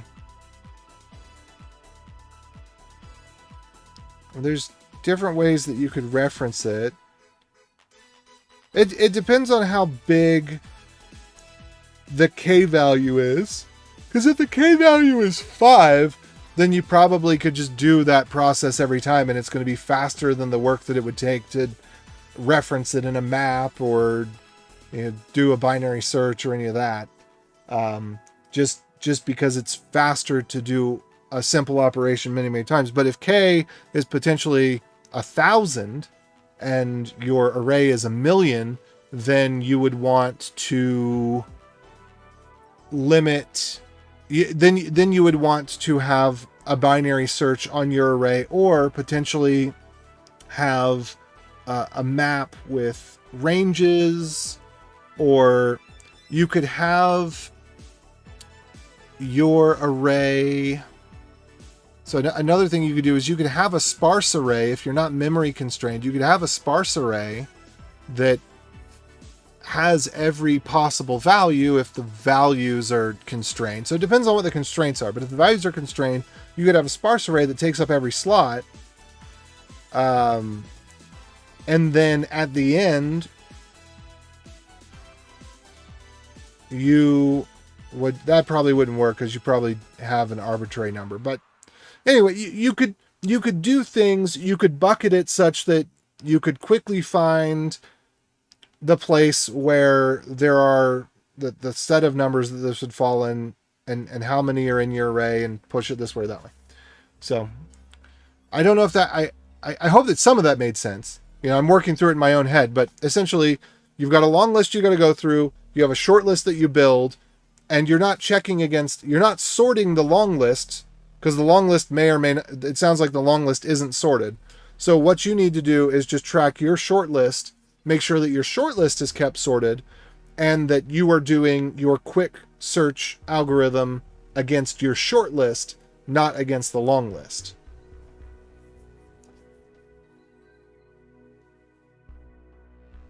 Yeah, because then you don't need to sort the long list. You have to go through it once. but you only have to go through it once. In your small list, you can go through with your fast algorithm as many times as you need to. And if the list is always small, then just looping over it would probably be fine.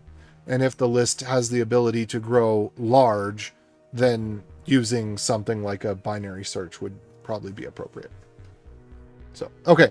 Anyway, I'm going to go now. My brain is shot. I'm not making the smartest decisions anymore. I'm not making the connections I need to be making in order to do the next chunk of work. Plus, I need to talk with people about what I'm doing and get some feedback. I need to figure out if the thing that I'm running up against right now, is this anything that I need to worry about? Are these templates even worthwhile? Whoops, that's not what I wanted to do. Okay, 5. Describe template type. Okay, what is it? Customer label, admin label. You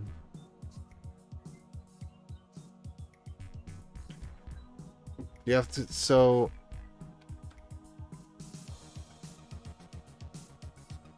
basically I need to figure out how to get rid of the junk duplicates, because I've gotten rid of almost everything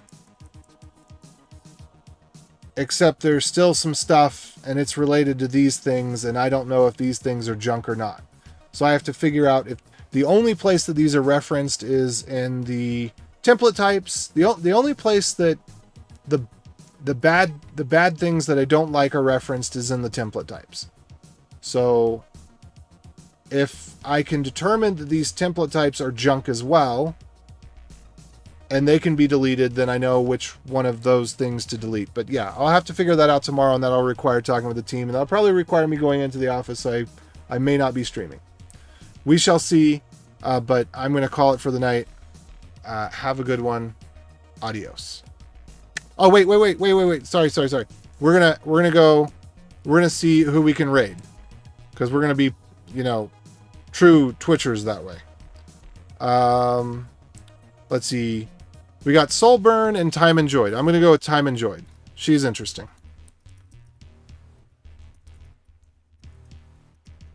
So there we go. And the raid is starting.